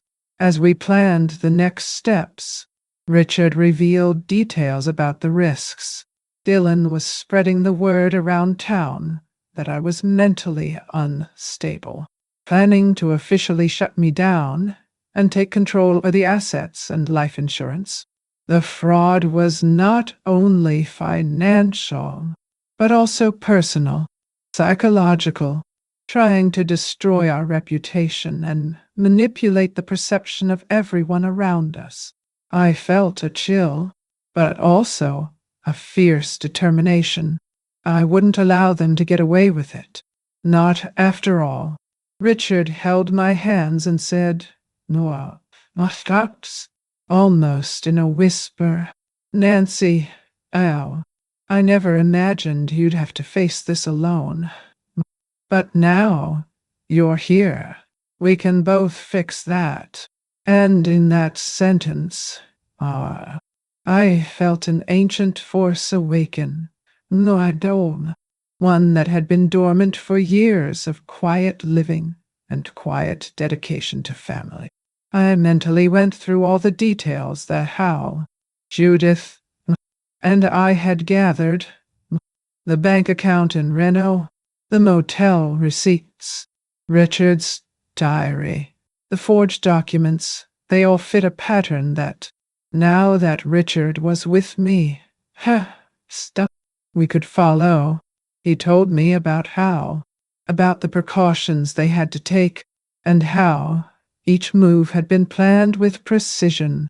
They didn't expect you to get up, Nancy. But now that it's here, we're going to disarm their every plan, step by step. And I felt something I hadn't felt in weeks. Genuine hope. Hell, the hope that the truth could finally prevail. As day turned to night, Richard and I laid out a detailed plan. We needed to expose Dylan and Paige, gather enough evidence, and protect our legacy, and also our safety. Every detail mattered. Wow. Sayenstam. 2. Debututaus Wool. Schedules. Mape. Nun. Contacts. Documents. I felt the adrenaline rush and familiarity of the age-old struggle to live. But this time it wasn't just for survival. It was for justice. Richard looked at me intensely and said, "Nancy, one, Pentacom. Tomorrow, we begin to rewrite our history. But we need to be cautious. They are dangerous, and any misstep can cost us dearly." The weight of the reunion was overwhelming. The thrill of seeing him alive, of hearing his voice, of feeling his presence, mixed with the fear of what Dylan and Paige might do if they discovered our location. But in the midst of all this, a certainty took hold within me. Not a noun, about hot-stick and cold within me. Together, no one, and can nice. We were invincible. I'll let I now, I'll tell we would ins. The vulnerability of my previous situation turned into strength. The man I loved had prepared his escape, and now I was ready to act, not as a victim, but as an ally, strategist, and guardian of the truth. Before falling asleep that night, I felt a wave of gratitude mixed with anxiety. The reunion, did not only bring answers, brought clarity. Mom, Richard was alive, new, but frail and afraid. Dylan and Paige were dangerous enemies, but predictable if we analyzed their previous actions. Every detail Richard had prepared for me was now an essential piece of our plan. I realized, in silence, that the real battle was yet to come. But for the first time in a long time, I felt ready, armed not with weapons, but with the knowledge, cunning, and determination that only a lifetime of experience can bestow. As I lay there, staring at the ceiling of room 213, I thought, Richard survived. Oh, I survived. And now the truth must emerge. Tomorrow, we would begin to confront not only the traitors, but the system that tried to silence us. And I knew that the first decisive action was about to happen. The question that echoed in my mind, and that you must ask yourself too, was simple but terrifying. How far would Dylan and Paige go to protect their secrets?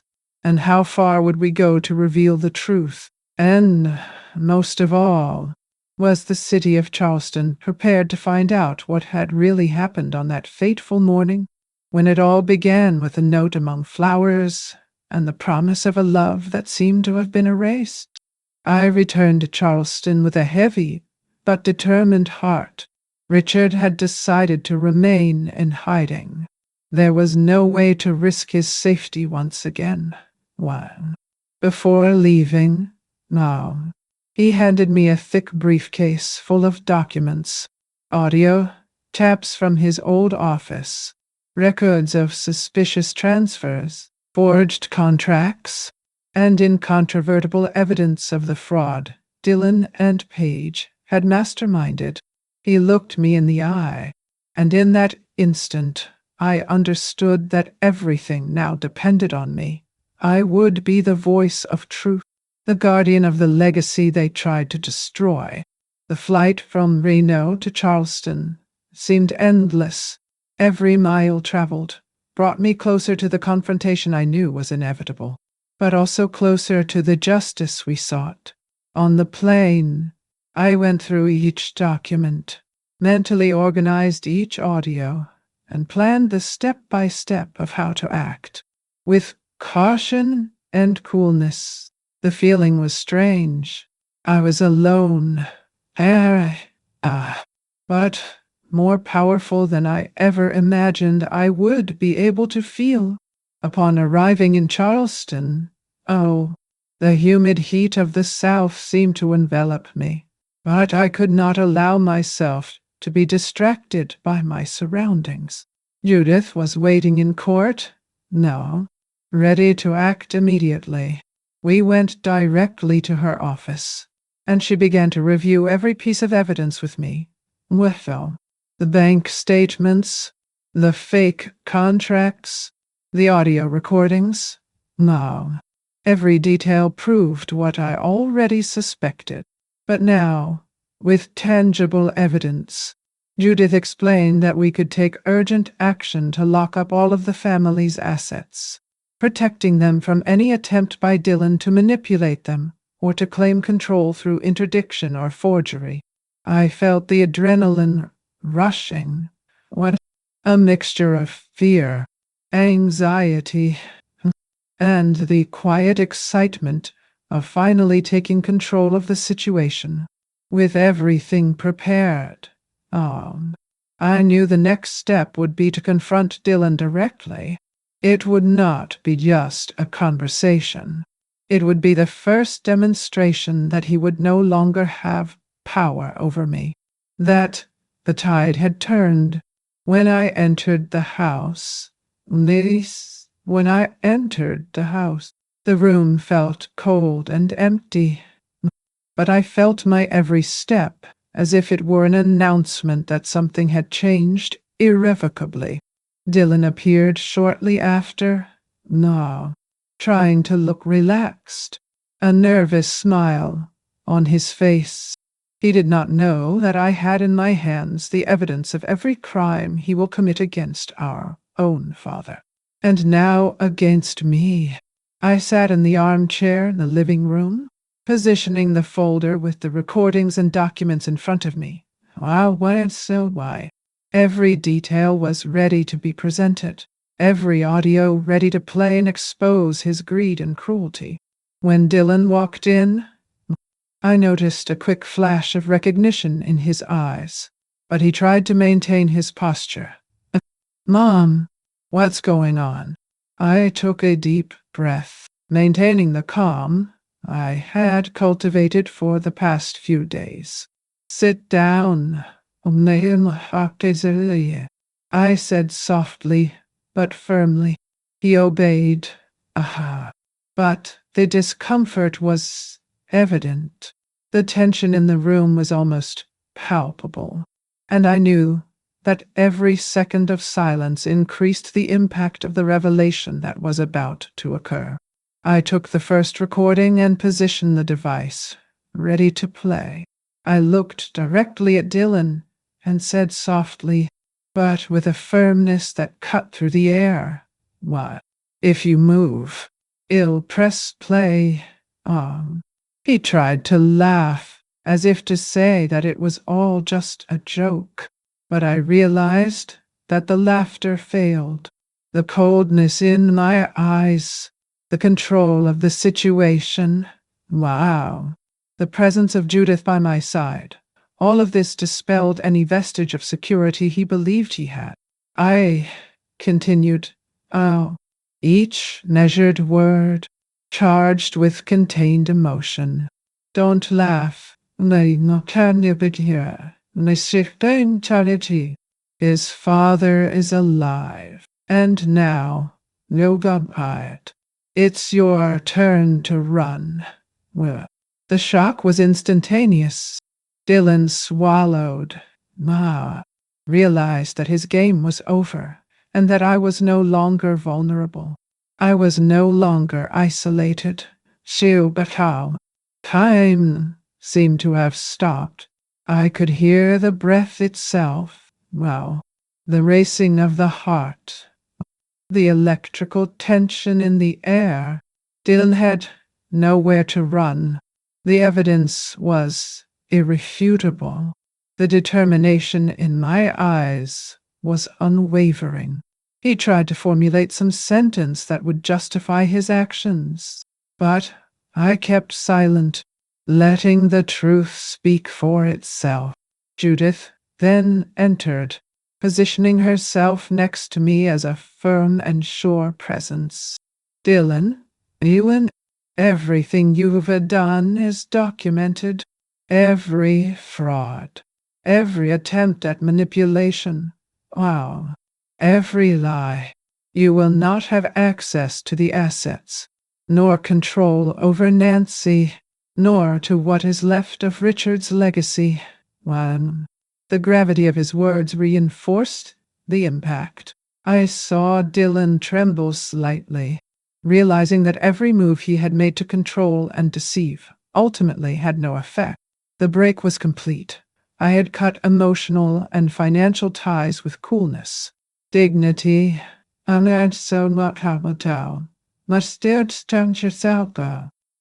precision. As he remained silent, realizing that the empire he had tried to build on lies and fear was crumbling, I felt a strange mixture of relief and sadness. Relief to finally regain control of my life, Richard's memory, and the justice he deserved, and sadness for the son who was lost in greed and cruelty. But there was no room for pity now. It was time to consolidate the victory and protect what could still be saved. With the official break made, I felt an internal change. The strength I had accumulated in the last few days was fully manifested. The sense of isolation and vulnerability has disappeared, replaced by clarity,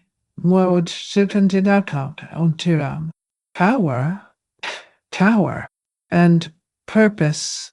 I was no longer the deceived woman, the powerless widow. I was Nancy Thomas, and I was in charge of truth and justice. The sense of impending justice was palpable, as if every step I took echoed off the walls of my home and into Dylan's consciousness, marking the end of the manipulation and silent threat that had hung over us for weeks.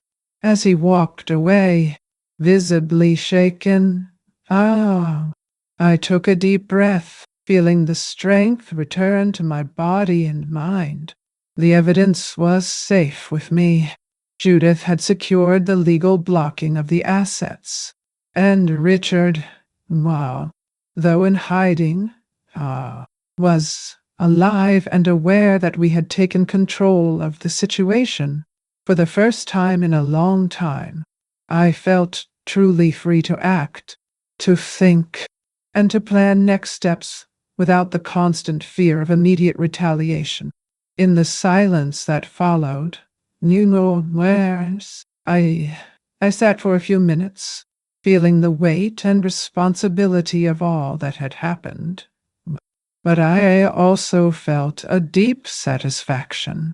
At last, manipulation and fear had been defeated. The plan that Dylan and Paige devised not only failed, but was totally exposed and neutralized. I had proven to myself that even at the age when many surrender to resignation, courage, intelligence, and determination can change destinies, defy expectations, and restore justice. And even with all this, one question hovered in my mind, a premonition I couldn't ignore. If Dylan and Paige had come this far, how desperate could they become now that they had lost control?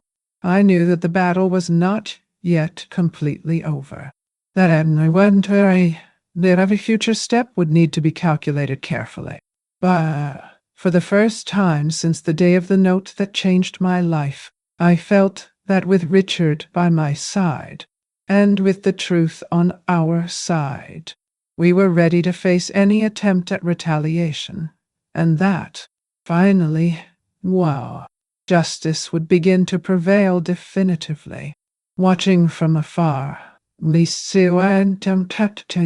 sitting on my porch with the warm Charleston wind playing in their hair, I saw Dylan and Paige struggling to try to control a narrative that no longer belonged to them. The whole city was starting to talk about what had happened, and every call from journalists, every report that appeared online, was yet another confirmation that power had changed sides. Dylan, always proud and arrogant, called a press conference, trying to turn the story into a tale in which I appeared as unstable, manipulated by some outside influence. "My mother is not well," he said in a strained voice, forcing a countenance of confidence that no one could buy. But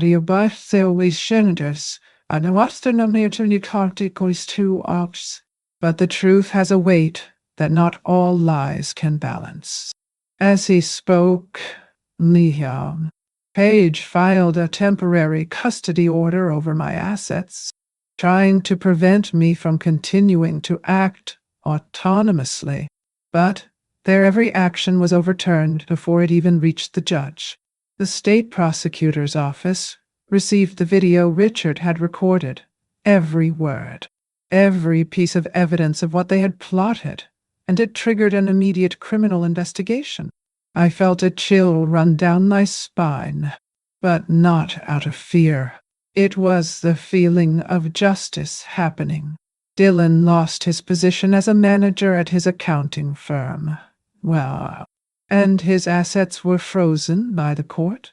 I just watched, in absolute silence, without having to intervene, without having to justify my existence or my history. The city, which had previously bowed to the charm of the successful son, now watched in astonishment as the traitors collapsed. I remembered all the times I had trusted them, all the nights I had slept worried, all the little decisions I made to keep the family together, even though I felt something was wrong. You bear no cloud. I did it out. Now that same city recognized that truth and justice had a force that no amount of manipulation could suppress. The phone vibrated constantly, messages popping up on the screen. Can we talk? It was all a misunderstanding, said some. Others were more audacious. Let's solve this as a family. There's no need to complicate it anymore. I read them all, and I yoked out you. But I didn't answer.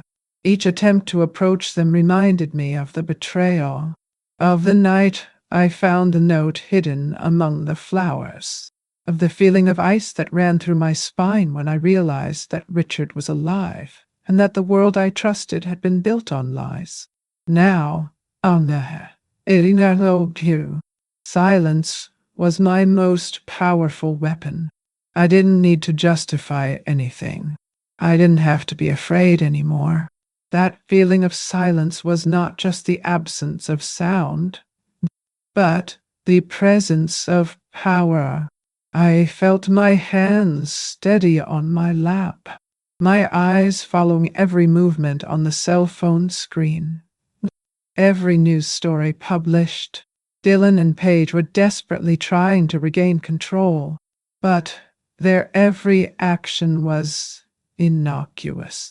They had been caught in a web that they had woven themselves, and now the web held not only their finances, but their credibility, their image, and freedom itself. I could see the despair in Dylan's eyes during taped interviews. In the videos leaked to the internet, he tried to smile, but the laughter was fake, brittle, revealing the internal panic he felt. As I watched all of this, I felt a wave of emotions run through me. Joy, yes, but also a deep sense of relief and peace. Finally, justice had manifested itself, even if slowly and meticulously. I took a deep breath, closing my eyes for a few seconds, and let every moment of that silent triumph settle in my heart. There are things that we live and keep, but maybe by telling, we help another heart to breathe. Enjoy this video and subscribe, and let's make this story reach those who need it. Most impressive of all, I realized that they were completely at the mercy of the system and the evidence that I had so carefully protected. Every move, every phone call they made, every attempt at manipulation was monitored by the prosecution and the agents assigned to investigate the case. I didn't need to expose myself beyond what was necessary. The truth spoke for itself now, and the whole city began to understand that it is not just about money or goods, but about respect, honor, and justice. Dylan and Paige were panicking, completely helpless in the face of what they themselves had provoked. As I sat there, reflecting on everything, I thought about how life turns, and how the power of truth can change destinies. As cruel as their betrayal was, their downfall showed that no one is above justice, that actions driven by greed and desperation carry inevitable consequences. I could almost hear Richard's voice next to me, saying, "Patience and truth always find a way." Nancy, oh, that phrase became my mantra as the world witnessed the panic of those who thought they controlled everything. And there was more. I knew that Dylan and Paige would not give up easily, that they would try to maneuver in other ways, perhaps legal, perhaps trying to manipulate others. But control had changed hands. I was ahead of the situation, more alert, more aware, and more protected than I had ever been. The silence I maintained was not cowardice. It was strategy. It was the certainty that their every move would now be observed, documented, and used against them. But one question remained in the air, unsettling and insistent. Why? How far would Dylan and Paige go to try to regain what they believed was their right? I knew I would need to be prepared for any desperate attempt, any trick they might come up with. But for the first time in a long time, I felt that the scales were finally tipping in my favor. Power was no longer in the hands of those who betrayed, but in mine, of those who protect the truth and Richard's memory. And so, sitting there on the porch, watching the sunset that tinged Charleston with shades of orange and gold, I realized that the war wasn't completely over yet. Dylan and Paige could still try something. But now, any movement of theirs would be detected, confronted, and documented. I was ready. And you, who have followed my story so far, can you feel the tension of this moment?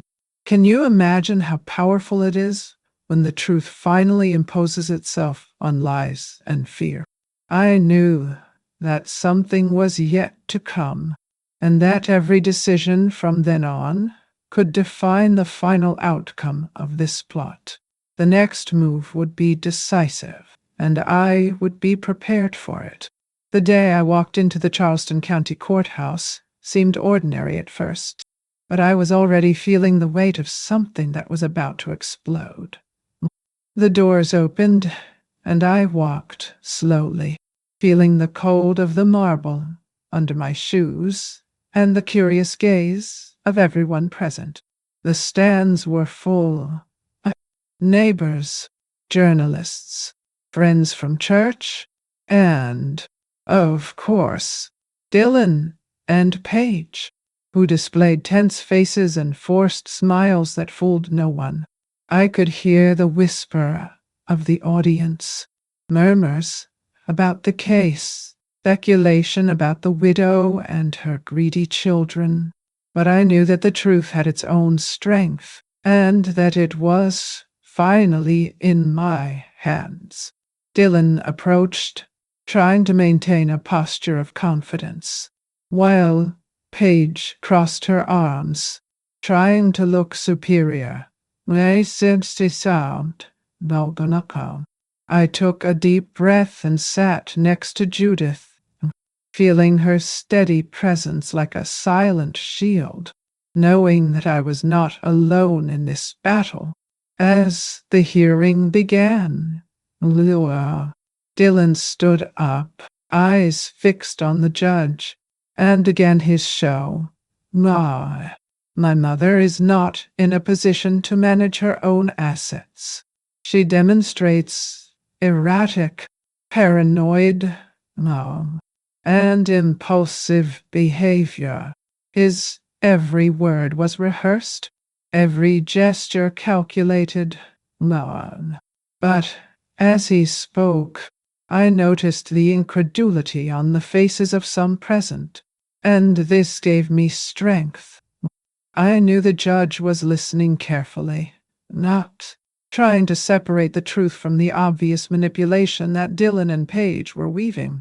Then, when he finished his attempt to disqualify my sanity, Judith stood firmly, clutching the briefcase I knew so well, full of evidence, photos, recordings, and documents Richard had left with me.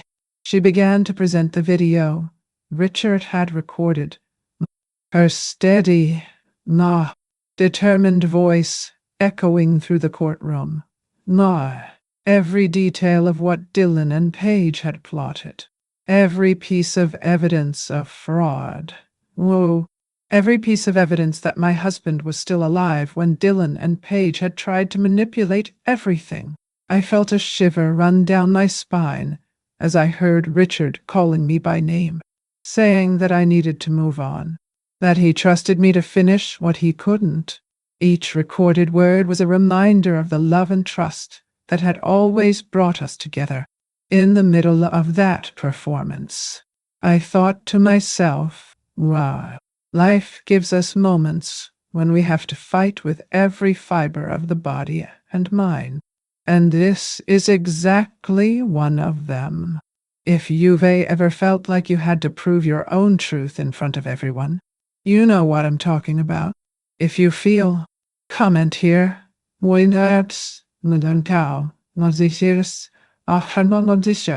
I understand, or I know how it is. As the video progressed, the prosecutor requested the opening of an immediate criminal investigation against Dylan and Paige for fraud, attempted murder, and abuse of an elderly woman. The air in the room felt heavy, charged with tension and anticipation. Dylan began to sweat. His hands trembled slightly, and I could see the color flee from Paige's face. The audience remained silent, absorbing every word, not in sound, power, unto every proof, every detail of the story that unfolded before them. I realized that there was no more room for lies. That power had finally changed hands. My voice was not yet needed. The truth spoke for itself, and every reaction from the audience and my children demonstrated it. When the judge revoked the interdiction petition and declared that I was fully capable of managing my own assets, I felt a lump in my throat, and tears began to flow. But they were not of fear. They were of relief and justice. The judge's decision also included urgent asset protection measures, ensuring that Dylan and Paige could no longer access any of my assets or attempt to manipulate my actions. Dylan collapsed in his chair, defeated and stunned, while Paige tried to hurriedly leave before being summoned, but was restrained by the officers present. The silence that followed was almost palpable, a pause in time where everyone, you and myself, including me, breathed a sigh of relief and absorbed the magnitude of the turnaround. I stood, now, feeling the solidity of the ground beneath my feet, and looked directly at the referee with a firmness I hadn't felt in a long time.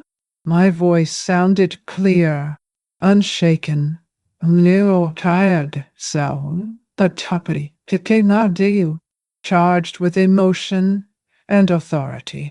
For years, I believed that being a mother was about keeping quiet. Today, Newcomb, let's stay calm. I learned to speak with evidence.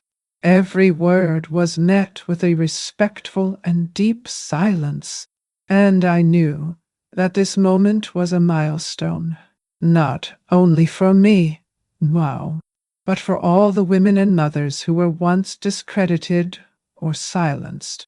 I felt, in that instant, The weight of all the pain, loud, all the surveillance, all the betrayal, and also the relief of finally being able to breathe without fear. As the hearing continued, the prosecutor detailed every document, every bank statement, every audio recording, showing how Dillon and Page had meticulously manipulated and planned everything. I realized that the audience was completely absorbed, the gazes alternating between the accused, the judge, and me. Some whispered to each other, others kept expressions of shock. I understood that this hearing had become a spectacle, not out of vanity, but because justice needed to be visible, unequivocal, so that no one would doubt what had been done. The most intense moment came when the judge questioned Dillon about the authenticity of the documents and videos, and he desperately tried to argue that I had made it all up, that Judith and I were manipulating the evidence. But the data spoke for itself. Dates, receipts, signatures, why, bank transaction records, the Ordinham, what? Photos of Richard alive. They all fit together like pieces of a puzzle that only the truth could complete. His attempt to manipulate it fell apart in the face of irrefutable evidence, and I realized, at that moment, the magnitude of the turnaround. Every tear of anger or panic I saw in his eyes was confirmation that justice had been served. As I watched Dillon and Page, I remembered all the nights of worry, all the days when I doubted my own sanity, trying to make sense of what was going on. Now, every challenge faced, every piece of evidence collected, every careful step Richard and I had taken turned into strength. I smiled slightly. Whoa. Not with joy at their suffering, but with satisfaction at having managed to protect the truth, my memory, and my heritage. I felt a surge of emotion that made me close my eyes for a moment and breathe deeply, absorbing every second of that climax. And even in the face of all the relief and triumph, I knew something still hung in the air. Dillon and Page could try other legal maneuvers. They could look for allies outside the city. But control had completely changed.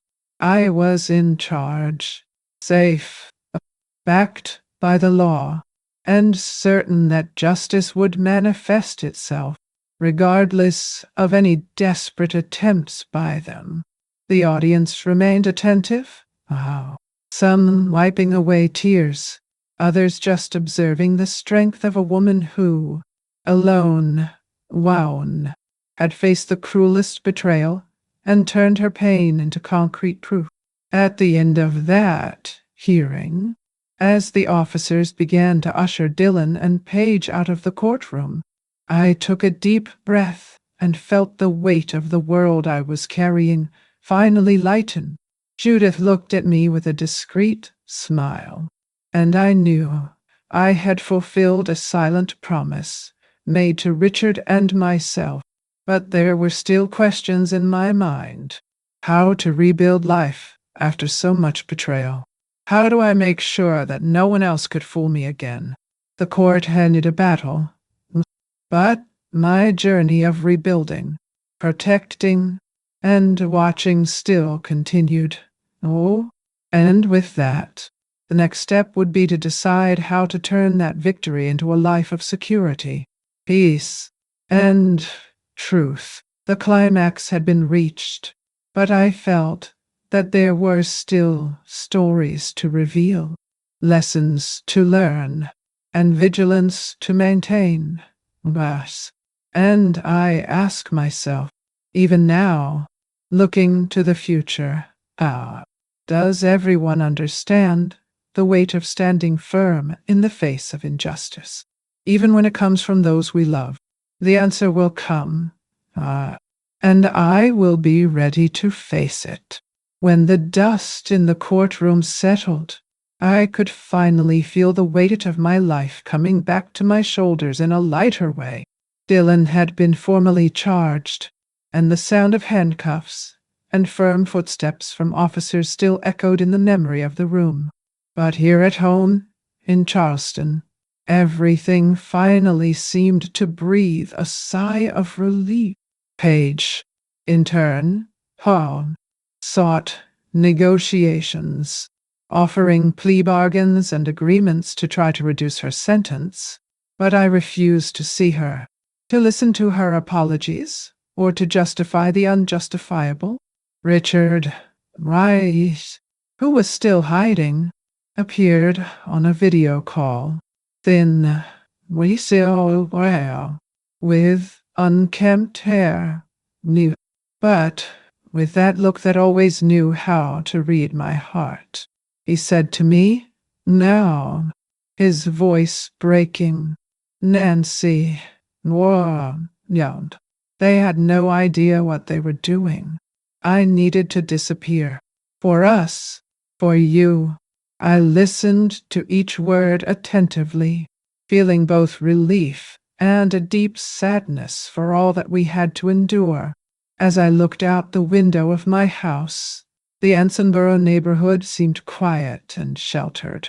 The same neighborhood that had drifted away during the storm of lies and manipulations now greeted me again with suppressed smiles, as if they understood that my life was finally in order. But I no longer needed looks, words, or judgments. The only proof I needed was my own conscience. Clean, firm, and serene. The house now belonged to me again. Every door locked, every window secured, every corner carrying memories of true love, of Richard's hands holding mine, of the smell of breakfast on quiet Sundays, and of the simple days of our life together. I approached the balcony. The one that had so often been the scene of soft conversations with Richard, and felt the wind on my face, as if he were there, watching me and smiling, satisfied with our resistance and determination. I went back to taking care of the garden, as I had done before, but now, with more attention to detail. Every red rose, every sunflower that sought the sun, reminding me of the patience and constancy necessary to survive betrayals. The herb garden Richard loved so much was replanted with basil, thyme,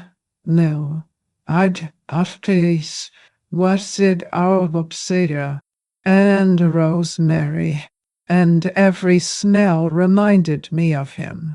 His soft laugh when I complained about the dirt in his shoes, his careful hands showing me how to plant without hurting the seeds. The neighbors who had previously been silent now returned, some to chat, others to praise the flowers or just share a coffee. And I received each gesture with the dignity that age and experience had taught me. I allowed myself to forgive. Not for them, but for myself. To forgive did not mean to forget, but utter to free my heart from grudges that might otherwise consume it. There's no room for noise in my house anymore. What? I thought. Within Shalm, repeating the phrase like a mantra, reminding me that my space was sacred. My home a haven of peace. Every step I took across the wooden floor, every flower I watered, was a silent reminder that the freedom I won came from my own courage, from my decision not to be silent, to face the pain and turn it into action. And through it all, I made a decision that had long been overdue, to adopt my maiden name, Nancy Hollister. A new beginning, a symbol that I was no longer defined by what others had done to me, nor by the suffering they imposed on me. It was my moment to be reborn, to rebuild my identity and my world without interference from those who once called themselves family. Every flower, every vase, every corner of the house was now an extension of my freedom and my own history, and no longer a stage of manipulation or fear. As I locked the doors, I felt a sense of finality that I hadn't experienced in decades. Richard was still out of reach, but safe, and I knew our story wouldn't end with Dylan's arrest or Paige's deals. It was a closed chapter, but there was much more to come. Days of reconstruction, afternoons of peace, nights of remembrance, and the certainty that my voice had finally been heard and respected. And so, as I watched the flowers at dusk, I felt something I hadn't felt in a long time, the tranquility of those who survived the storm and learned that true love is not measured by blood, but by loyalty, courage, and the ability to fight for what is right. But even in this moment of calm, a question still crept into my mind: how to maintain this peace, knowing that not all the dangers were visible. That there are still people who can try to manipulate or deceive, even with everything revealed. Would it be possible to live completely free of fear? Or would the experience of betrayal always leave its scars? The answer, Nihil, I realized, would come in time, and I would be ready to face it, with the strength that only years and truth can provide. As I walked slowly through the historic streets of Ansonborough, the afternoon sun illuminated the red bricks and wrought iron balconies, and I felt every step as a mark of resistance, of survival.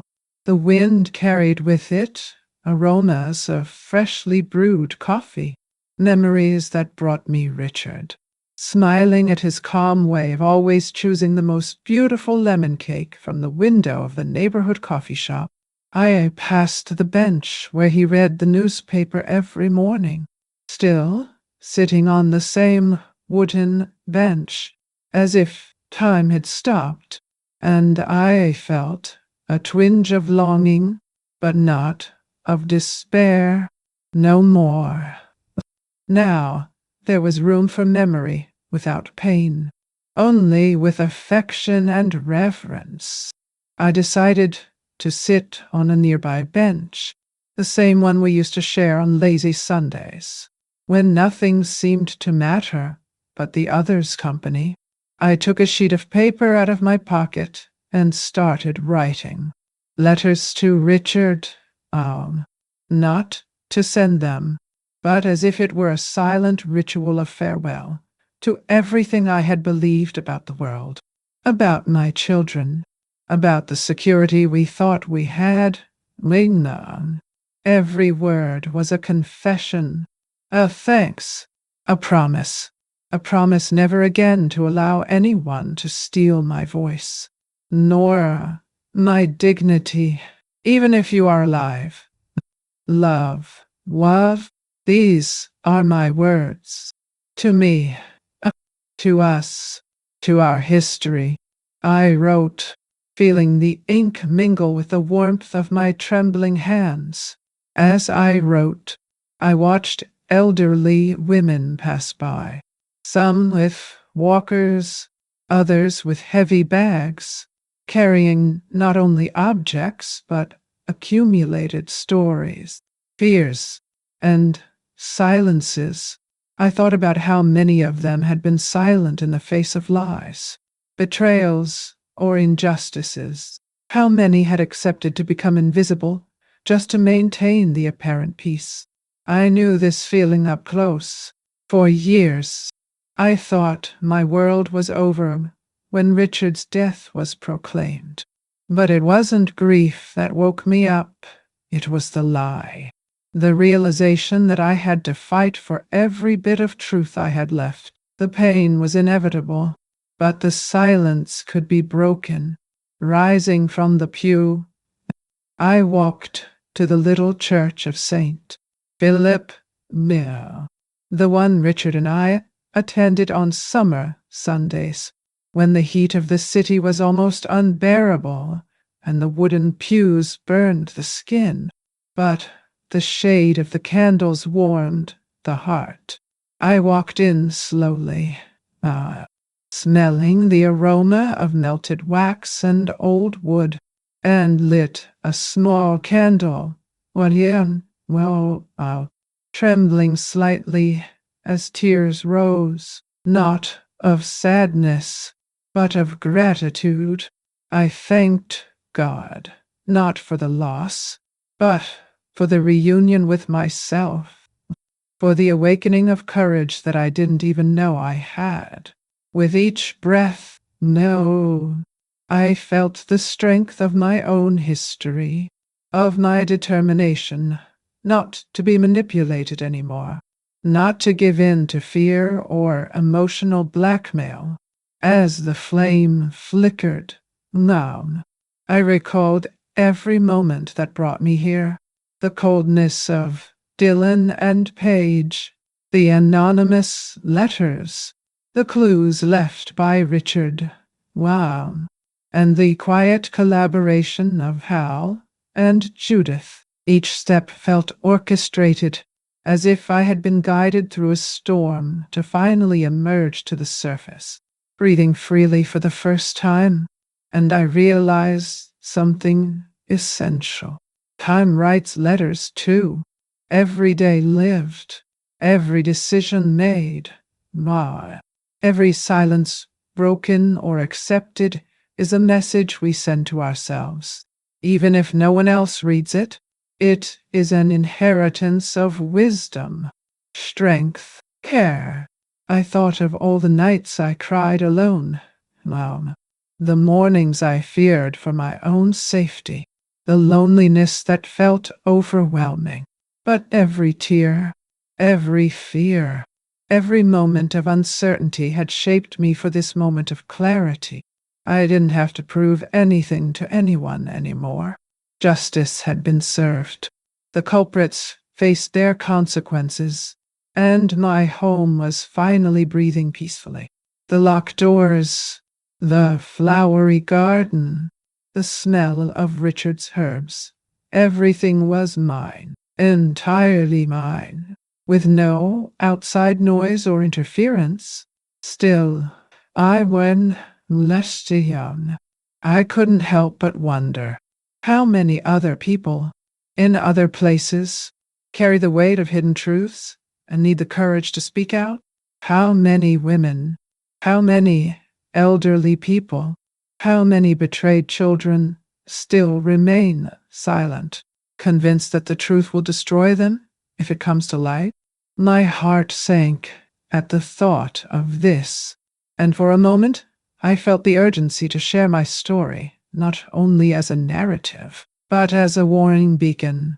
It is possible to recover, then fight, and regain one's voice, even when all seems lost. As I walked out of church, I took a deep breath of the crisp afternoon air, feeling every detail of the neighborhood, the leaves swaying in the wind, the distant tinkling of a bicycle, the murmur of voices on the sidewalks. Everything seemed both familiar and new, and I realized that my life, although marked by pain and betrayal, had been rescued by the simple act of not being silent. The lie had been discovered, but the truth had become my fortress. Before entering the house, I sat on the porch, looking at the flowers we planted together. I remembered Richard's hands next to me, the soft laughter that echoed in the backyard, the silence shared between us that spoke more than any words. And I smiled, because I finally understood that strength does not come only from facing others, but from facing oneself, from facing pain and transforming it into action, into reconstruction, into legacy.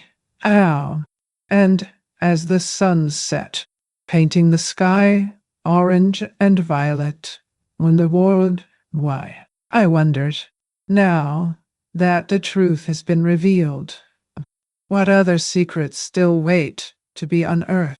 What other letters will time still write, not to arrest me, but to guide me? And, more importantly, who else will have the courage to read these letters and act before it's too late? The answer, I knew, was yet to come, but this time I would be ready for it. I sit on the porch of our home in Charleston, the morning sun reflecting off the flowers that now grow strong and free, and I feel a peace that long ago seemed impossible. Dylan and Paige faced the justice they deserved, each dealing with the consequences of their choices.